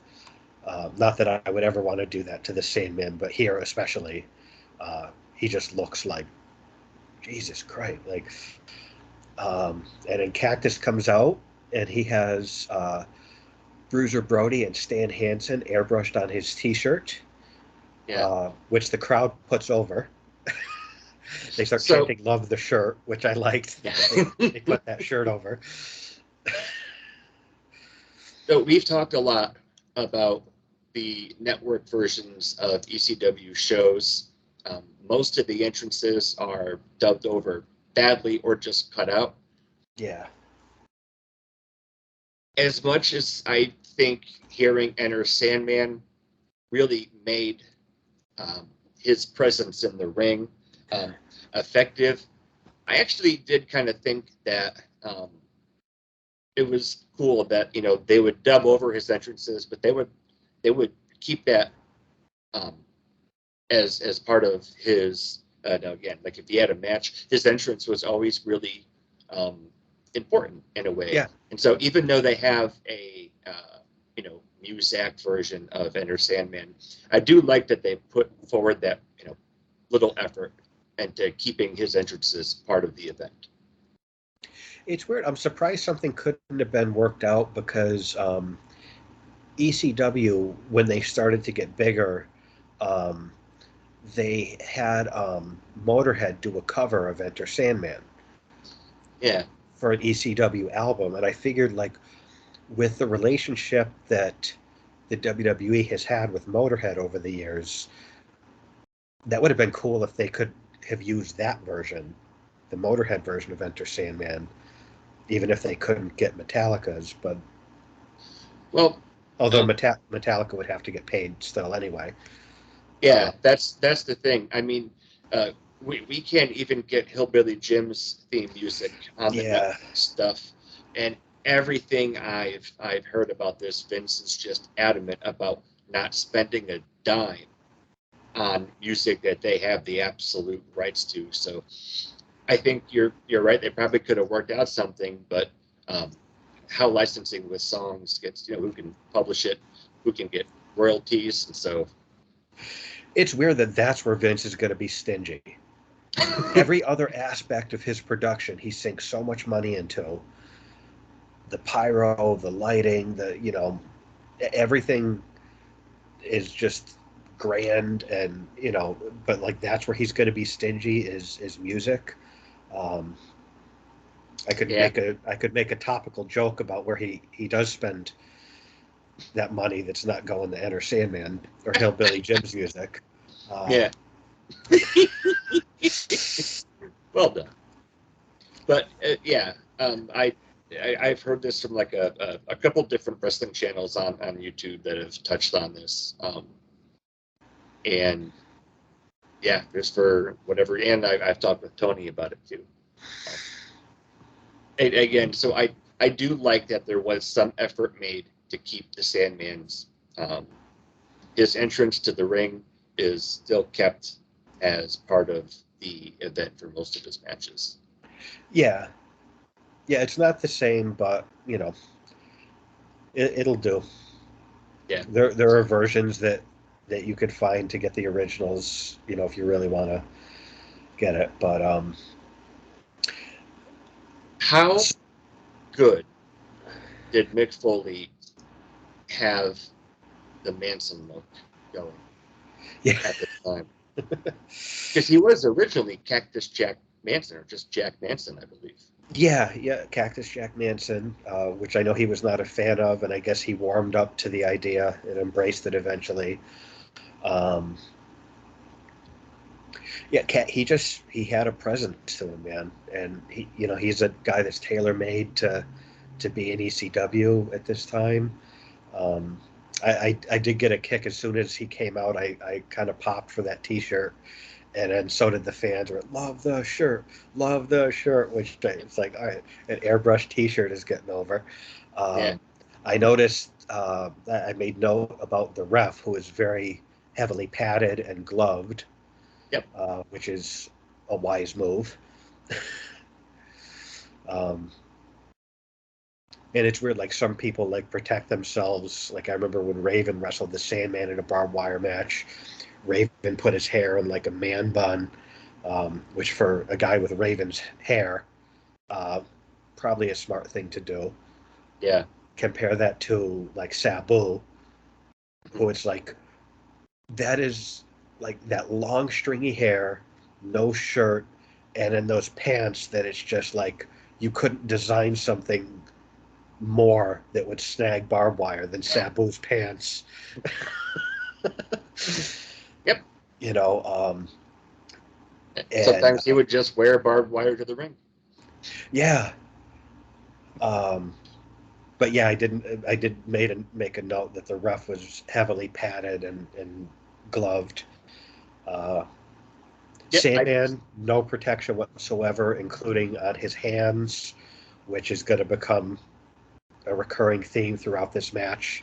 And even Joey calls him out on it that like even Cactus taped up his hands, like, yeah, because Sandman keeps snagging his hands and fingers on the wire throughout the match. Um, so then, yeah, Cactus grabs the mic and says, "I never thought I'd say this, but you and me get our ass in the ring," which is funny because the previous show we watched, he's on the outside of the ring and he tells Terry to get out of the ring. He wants to fight outside of the ring. So yeah. this, by contrast, because it's barbed wire, he wants to go in the ring.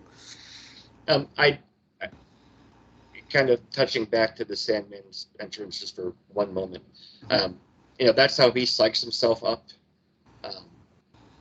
He looked like he was really hyped up on something. Um, and, Yep. and there was a little bit of hesitation to get in. He definitely did not look sober. He did not look sober, and I we don't think talked that about it. affected his performance, but Right. We talked about it in the last show we covered where he's wrestling Shane and he looks impaired. Um, this one, he looks impaired, and I know Cactus has said, he didn't like working with him when he was fucked up. Um, and then, so when Sandman comes out, he looks like he's all business and he's in the zone. And then when it's time to actually start the match, and in the early parts of the match, he looks visibly nervous and uncomfortable. I don't know if that's him being a pro wrestler and employing psychology, like, I should be nervous, I should be scared, this is a scary situation, or if he actually, the human being, was nervous and uncomfortable to be doing this. yeah. Either seems plausible to me. Well, and I definitely don't think that Mick getting on the mic was that was planned out ahead of time. In fact, at one point after Sandman gets in, uh, does that baseball slide out of the ring? There were a couple boring chants because the hesitation to kind of get in there and start getting into the barbed wire was kind of evident. Well, I mean, that's the thing, and I'm glad you said that, because that, like, before we even really get into the match, I kind of wanted to talk about the psychology of the barbed wire match itself, because it really does, I would imagine, limit you. Like, you don't realize how much people rely on the ropes Yeah, in a normal match, whether people are climbing the ropes, diving off the ropes, springboarding, breaking a submission hold by getting to the ropes, running the ropes. Um, you can't do any of that in this match. And yeah, so I think most of the barbed wire matches I've seen kind of have the same psychology where it's like you get in, there's not much you can do, and then it's like, okay, I'm going to try to get you to the ropes, and then you just kind of have to tease. All right, when is the barbed wire finally going to get involved? And you kind of have to slow play it and tease that before you get to it. So I think from a psychology standpoint, it's got to be a hard match to have because yeah, you can't really dive right into it, because then where do you go from there? So you do kind of have to slow play it, and then you had alluded to the boring chance. Um, so I do imagine that for a number of reasons, physically, it would be a hard match to have. But then from a psychology standpoint, it seems like it would be a difficult match to have too, because you're so yeah, limited as to what you can do. yeah. And then once you start going through on those spots, like going into the barbed wire, taking it down, and going out of the ring, um, the match goes into a different gear right there. Yeah. And I do imagine that calling your spots out there would be you have to build up the anticipation. build up heat for, the payoff. But yeah, I didn't really think about how the ropes are really used in so many and so much of the match, that if you don't have them, and they're replaced with something else like barbed wire, that really does. And with all due love and respect to both Mick and Sandman, technical marvels they are not. Yeah, it's not Eddie and Dean from the Yeah, last show we covered. yeah.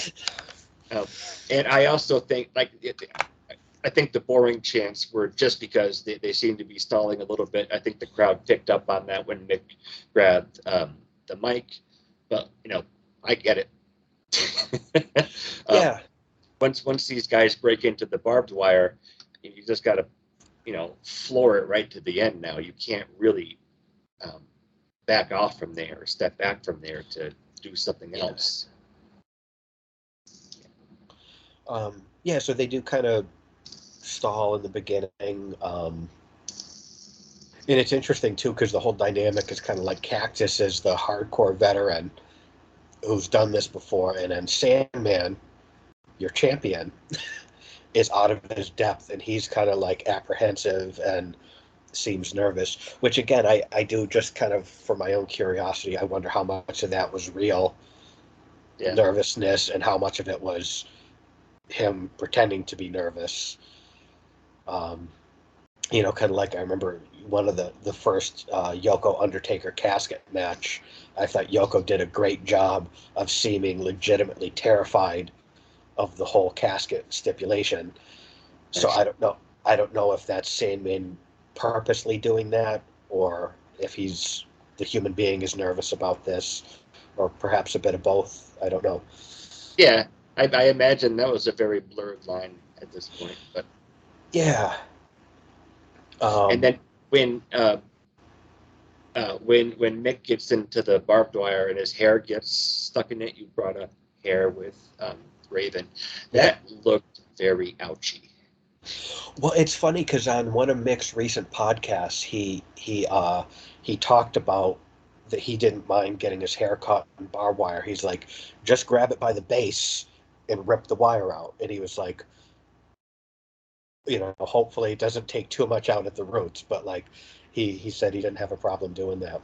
Prior to that happening, though, I like that at one point, Sandman rolls out and Woman just serves him a beer, and then he lights up a smoke. And I just thought that was like, what other wrestler is going to stop in the middle of a world title match and have a beer and have a woman serving him a beer and having a smoke? I just like that. Cactus drags him to the wire. Woman canes Cactus. Sandman elbows Cactus down and he gets caught in the wire. And then Sandman suplexes Cactus, stomach first, onto the wire. That looked brutal. Yes, it did. And I think it's weird because there's certain parts, like, even if you've got abs, like your midsection, that's a tender area. You don't want jagged metal piercing that. And Cactus did not have abs. So that seems like it would be a very tender area with all that weight to drop down on it. That didn't look fun. And then Sandman drops a leg on the back of his head. I always get a kick out of Sandman's leg drops. He goes forward. He doesn't go like up and down. He almost like slides forward. It gets some momentum into him. Yeah, like it's not like anyone else on the planet who's like, like Hogan, just a big swing with the leg up and then down. That's understandable. Or even X-Pac. He would do those quick, he would run the ropes and he would kind of do those sliding rapid fire leg drops, but he was like sliding forward. And Sandman kind of had that, only without the athleticism that X-Pac had. Yeah. And, Sandman is a kind of straightforward brawler. And so I can picture him like, learning the ropes when he's being trained to be a wrestler. And it's like, oh, here's a leg drop. And he's like, cool, all right, let's go. And that was the end of it. Yeah. they didn't spend a lot of time on that. But it's funny when he drops some stomach first on the barbed wire. I just thought of Gorilla Monsoon, just like right in the bread basket. Like, And when Sandman did drop that leg, Joey Styles had kind of a Vince McMahon moment. It's like, he dropped the leg. He was all into it. I like that. Yeah. Sandman shoves Cactus's face into the wire. At this point, yeah, Cactus is bleeding from several places on his arm, and then the Sandman keeps snagging his hands on the barbed wire, and it happens the whole match. And I like that Joey called him on it. It was like even Cactus taped up his hands. Yeah. And you could see him be getting like visibly frustrated as the match continues because he keeps snagging his hands, and he's getting pissed off about it. Like, but I like that because it's sort of like, this is dangerous. Like, Yeah. they obviously, it's ECW. They're using real barbed wire. It's not prop shit. Do you know if Cactus had barbed wire matches before this one? Yeah, I think he had done like the IWA death match stuff in Japan prior to this. I'm pretty sure that he had some in Japan. I don't know if he had any stateside at this point, but I know he had some. Yeah, and this, I'm almost certain, was the Sandman's first barbed wire match. Probably. Yeah, I believe it was. I think even Joey mentioned at one point, like, saying like Cactus was a veteran of barbed wire matches and stuff. Yeah, and then he said something like, the champion is, out of his depth in this match. Yeah, which is cool. Like, to have the champion be the underdog. Yeah. That's a good story to tell, especially a champion known for being a badass, and then you have him, out of his depth here. Yeah, it's a good story. Because I do remember Joey mentioning, even Cactus taped up his hands, and Sandman was, just kind of pricking his hands on there, and you're already like, you could already see that, there's just a real serious and really dangerous match, and so I'm just trying to picture like how frustrated I would be if I'm, trying to get these things off, and I'm always just, pricking my fingers and my hand and my forearm. Well, that's like, that hurts. If you prick your finger, that hurts, and it kept happening to him, and it made it seem so much more legit and dangerous. Yeah. Even though it's a little thing, So then, Cactus gets on offense. He cuts up Sandman's arm with the wire, shoves him into the barbed wire several times, rips off his shirt, and then just like covers his face with it. And I like Sandman kind of just stumbled blindly into the wire, and it just looked really good. Yeah. With the t-shirt over his head. I just like the way he did it. Yeah. Well, and you can tell when he starts ripping that shirt off, I can kind of hear him in my mind going, all right, we're going in for this now. And it's on, yeah. That was the feeling I got when he did that. It's like time to dive into the deep end of the pool, man. Like, yeah. And then he does just kind of crawls and rolls right into the barbed wire after. I like that. And then, Cactus takes some of the barbed wire and like jabbing it into the Sandman's stomach, which again, that can't feel good, especially, Sandman's got like that doughy beer gut, that's gotta hurt. Yeah. Let's see. Sorry, I lost my place here. They go back outside. There's some chair shots. Sandman's getting visibly pissed about his snagging his hands every time he handles the barbed wire. Sandman gets his head carved up with the wire and the cheese grater. I always liked the cheese grater as a weapon. Very effective.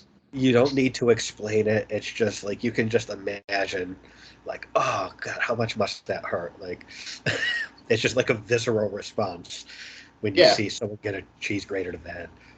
And then you take a look at like New Jack's forehead later on in life. Yeah. Sandman crotches Cactus Jack on the barbed wire. Yeah. Uh, I mean, your inner thighs are also very Very sensitive. tender. Yeah, that's Yeah. I wouldn't want to be taking that. Cactus throws a bunch of chairs in the ring. Sandman is DDT'd on a chair. Leg drop the chair on Sandman's face. And then Cactus just tosses. He goes under the ring, tosses an entire roll of barbed wire into the ring. Yeah. And I just had a flashback to my teen years I did as well. when I saw that roll of barbed wire. Because if anyone listens to this that doesn't know, when I was a teenager, I procured a roll of barbed wire, much like the one Cactus threw in the ring, and used it for decorative purposes, Yeah. decorating the whole kind of out the ceiling and walls of my room with barbed wire. Yeah. Yeah. Because I Some was people. a well-adjusted, normal human being. Yep. Some people. Get some molding on there. I just remember coming over and there was kind of barbed wire little spool, very very much like this one, and I was like, "Where did you get this?" And you got it at like a flea market for like $10 or something, didn't you? Yeah, I forget where I did get it, and God, my mother was such an understanding and patient woman. I know. Mom, But here's yeah, what I want to get. This is what I want to bring into your home. Okay. yeah, and you have younger siblings that are in there as well Yeah, that this probably big can't appreciate how dangerous that is. roll of rusty barbed wire, and then I kept the rest of the roll in my closet because there was quite a bit more. It Yeah, was a pretty large roll. yeah, Um, so yeah, when I saw that, I just kind of had a flashback and just thought about like, God, my mom really gave me a lot of rope to to no, let me that was do the kind of just whatever when I was younger. yeah. I mean, you can kind of figure out who you are and who you're trying to be, and Yeah. but yeah, I had a flashback right back to that role that you had um, just on your floor when I came over that one day, and I was so jealous. I was. I don't know why I didn't share. I had plenty left over. I don't know why. I don't know if my dad would have gone for that. Fair point. Yeah. But yeah, I had that flashback. I was jealous and impressed. Yeah. And so seeing that, big spool of barbed wire kind of join the fray in this match was was pretty cool for me. Yeah. So that was cool. And then he grabs some wire cutters and he cuts a strand of wire. He wraps it around his arm, hits Sandman a couple times, and then this was hard to watch. He whips the Sandman with it, and you can see it visibly sticking in his like sides and belly when Cactus like pulls it back. Yeah. That was hard to watch for me because when you see it sticking in, oh, it was brutal. Yeah, like when he goes to pull it, you can see Sandman wince. He's not Yeah. selling. And it's yeah, just Yep. those little moments where it's like, ow. It's like, yeah, it's like sticking in his sides and belly, and you see it catch his skin. Um, that was probably the most brutal thing all night to me was that spot. Um, then Sandman's out on the floor, and Cactus does his trademark cactus elbow off the ring apron, but it's wrapped in barbed wire. Uh, that was brutal. That couldn't have been fun for either of those guys. I know. Just watching that, like how, and especially that ECW crowd is seeing, Mick Foley wrap barbed wire around his arm to turn his arm into a barbed wire wrapped weapon. Yeah, No one and else would do that for the business. Sabu would Yeah, do that. yeah, that's true. But You No one just can't else help. would. No, you can either be impressed or disturbed by it. Either way, it was. I think you can be both. Yeah. Just mixed commitment. The stuff like everything he did hurt himself probably more than his opponent, but this couldn't have been fun for either of those guys. I mean, even just dropping the elbow off the apron onto concrete, take the barbed wire out of it. That's a horrible bump for a big dude like that, taking it on his hip. Yeah. And then it's like, oh yeah, wrap yourself in barbed wire and do it to another human being. The fact he's not using a walker or a wheelchair nowadays Yeah, is actually surprising. it really is. Yeah. All right. So then there's yeah, 3 chair shots to the Sandman's head. And then Sandman is down for a 10 count. Cactus barely beats the count, and he is awarded the title. I wrote, this just seems wrong in ECW.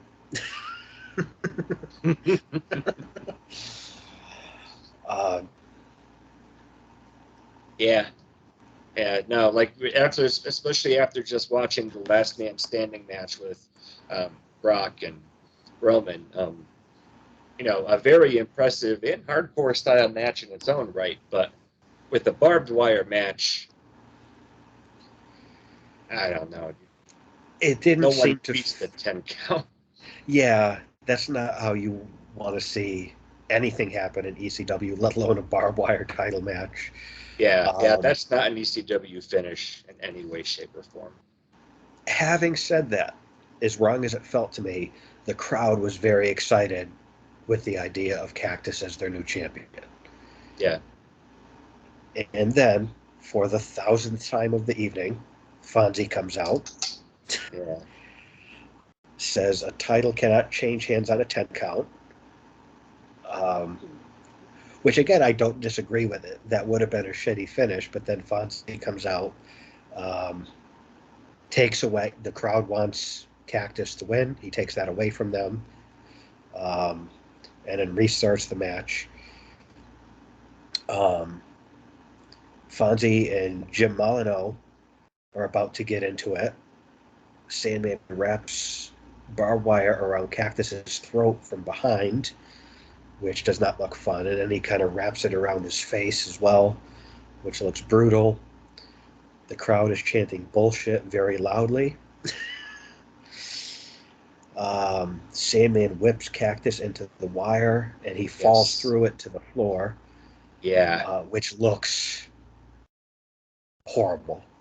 Yeah. Like brutal, not like Cactus didn't do anything wrong. It just looks really painful and brutal. Yeah. Yeah, that was just an incredible spot to pull off, and it's very effective at communicating,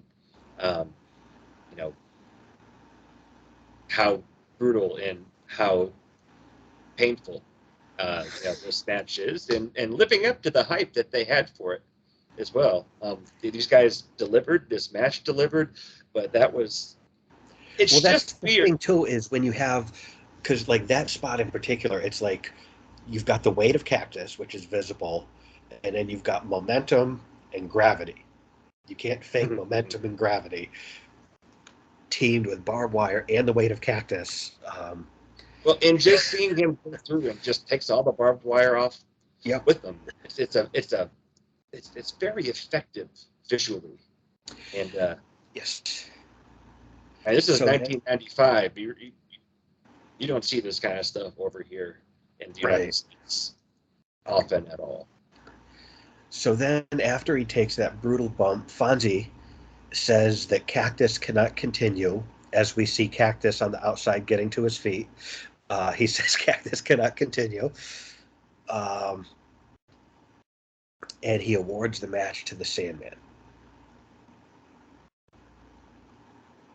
I've never seen a fuck finish to a barbed wire match.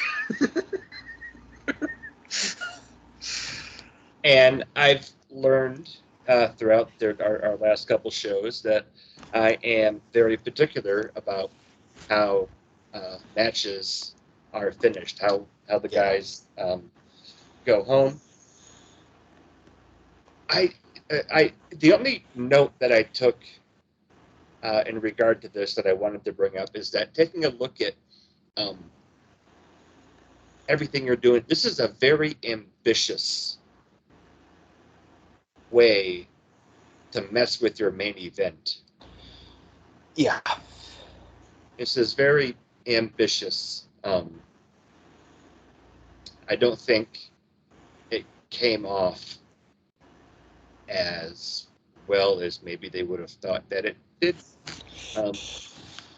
Well, the thing about it is I get that, you know, they want Fonzie as the heel referee and, you know, push that storyline. I have no problem with that whatsoever. And Fonzie did his job well, and he got heat, and he pissed off the crowd. Yeah. You want to push that storyline, that's fine. He did a good job at it. I thought it was overkill when he did that. Like, by the time he squashes the Public Enemy match from happening, by that point, I thought the amount they were pushing the Fonzie storyline was overkill. Then he took away 2 title matches from this crowd. Yeah. I thought they had overdone it during the Public Enemy match. At that point, they had already had him do it with. Wait, let me go back and look.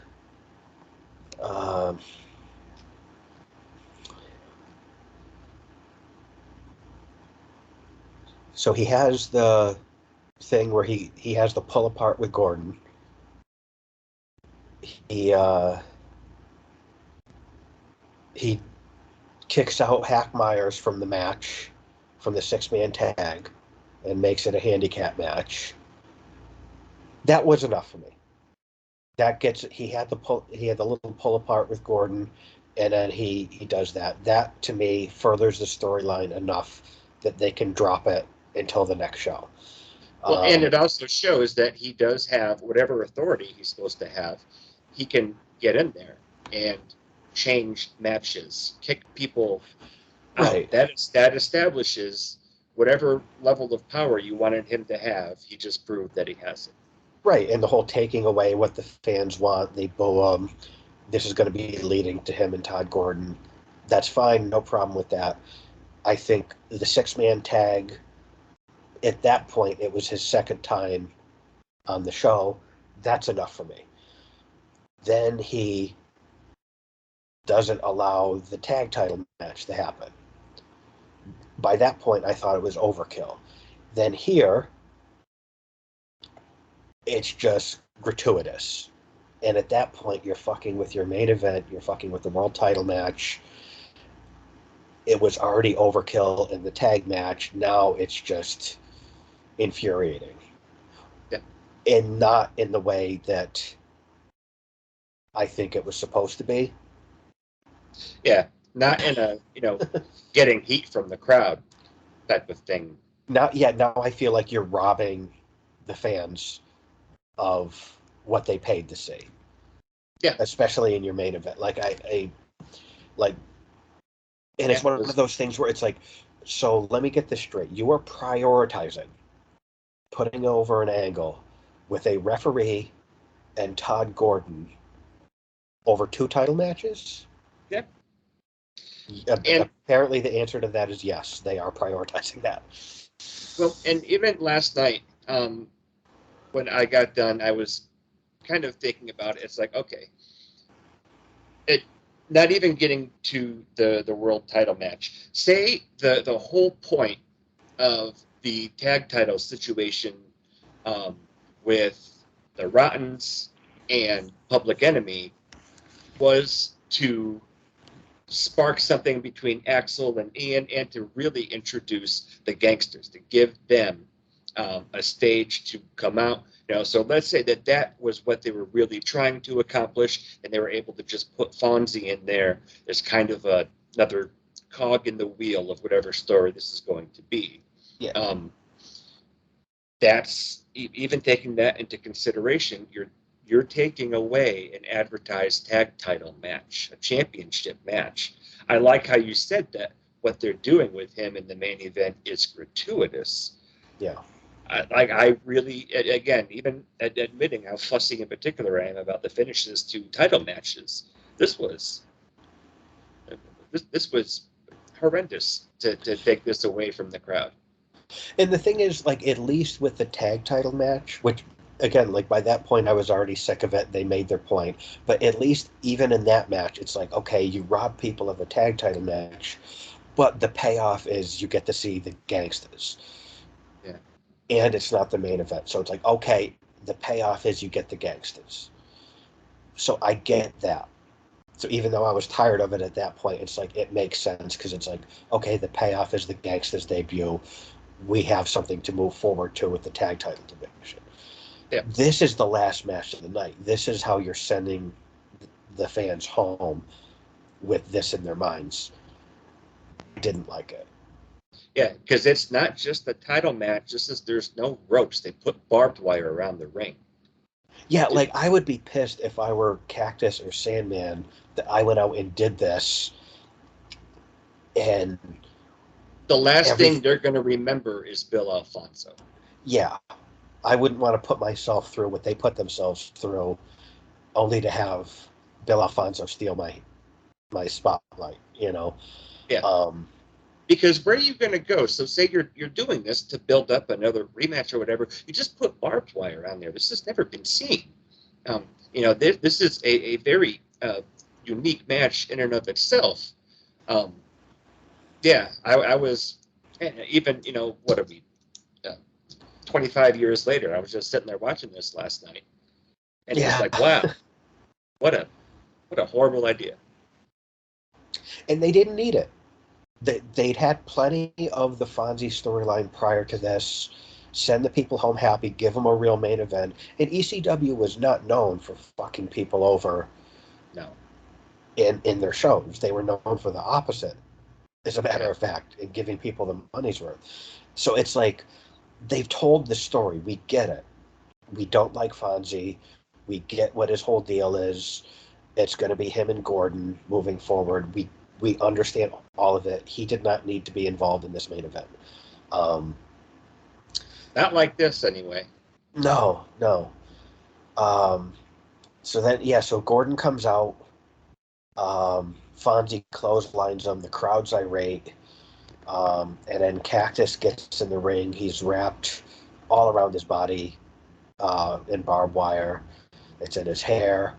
I was just thinking, like, that's going to be... I just pictured him in the back, like, needing help to get all that shit off him and to cut him loose and whatever.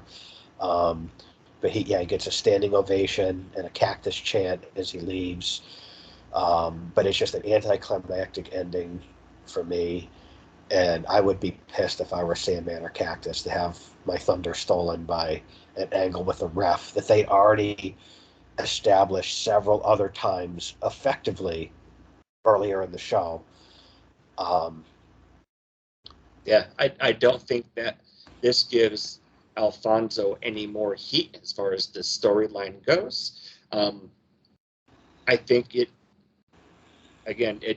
takes away from the guys, it takes away from the event. And if anything, I'm not, even 1995 Chad watching this isn't going to look at this as, oh, I hope Fonzie gets his later on. I feel shortchanged that. Yeah. Why am I going to pay for an event, even though this was a pay-per-view yet? Like, why would I want to pay for an event after this? Yeah, and like I keep harping on it, but they had established what they needed to establish with Fonzie prior to this match, and I think it was an odd creative decision to keep beating this dead horse of, we really hate Fonzie, guys, he's ruining everything, because that's what people are going to remember when they get sent home. And it's sort of like, I feel like the decision to have his involvement here ruined the main event in order to build Fonzie versus Todd Gordon. That's what you're prioritizing over Cactus and Sandman wrestling for the world title in a barbed wire main event. You're prioritizing Fonzie versus Gordon at the expense of that. There you go. Left a sour taste in my mouth to wrap up the show, which is sad because these two guys busted their ass in a really good and really brutal match.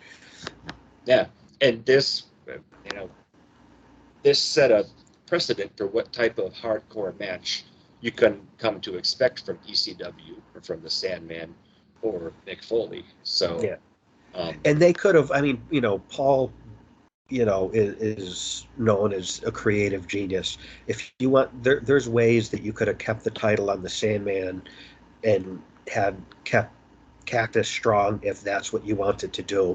Fonzie did not need to be involved in this match at all. Yeah. I'm sure Paul could have come up with a way to have Sandman leave with the title and Mick still look strong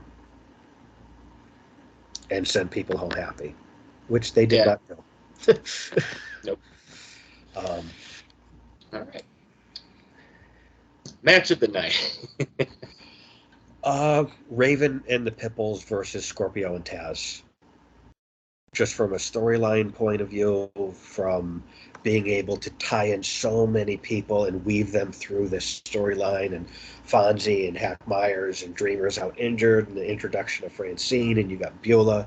Like, there were so many moving parts, and it was just done so well. It furthered it set things up moving forward for a number of different storylines, and the wrestling itself was really, really good. So I think it checked all the boxes for me. So that's what I'm going with for match of the night. Yeah, that was my choice, and I didn't even pick up on how many other storylines and ideas that this was kind of setting up to be knocked down later. When I saw Raven come out, I was like, with Beulah and Luna, I was like, cool, Raven again. And then to see one of the earliest incarnations of what would become the human suplex machine.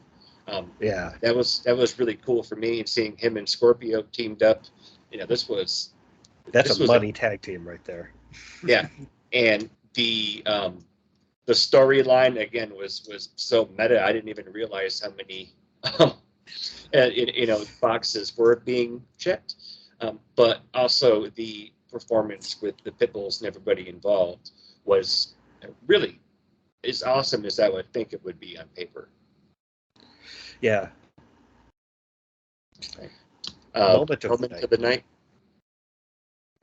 Mine, I don't have a definitive one. I think for me, two things come to mind. One is Cactus whipping the Sandman with barbed wire with his shirt off and it getting caught in like his sides and his belly.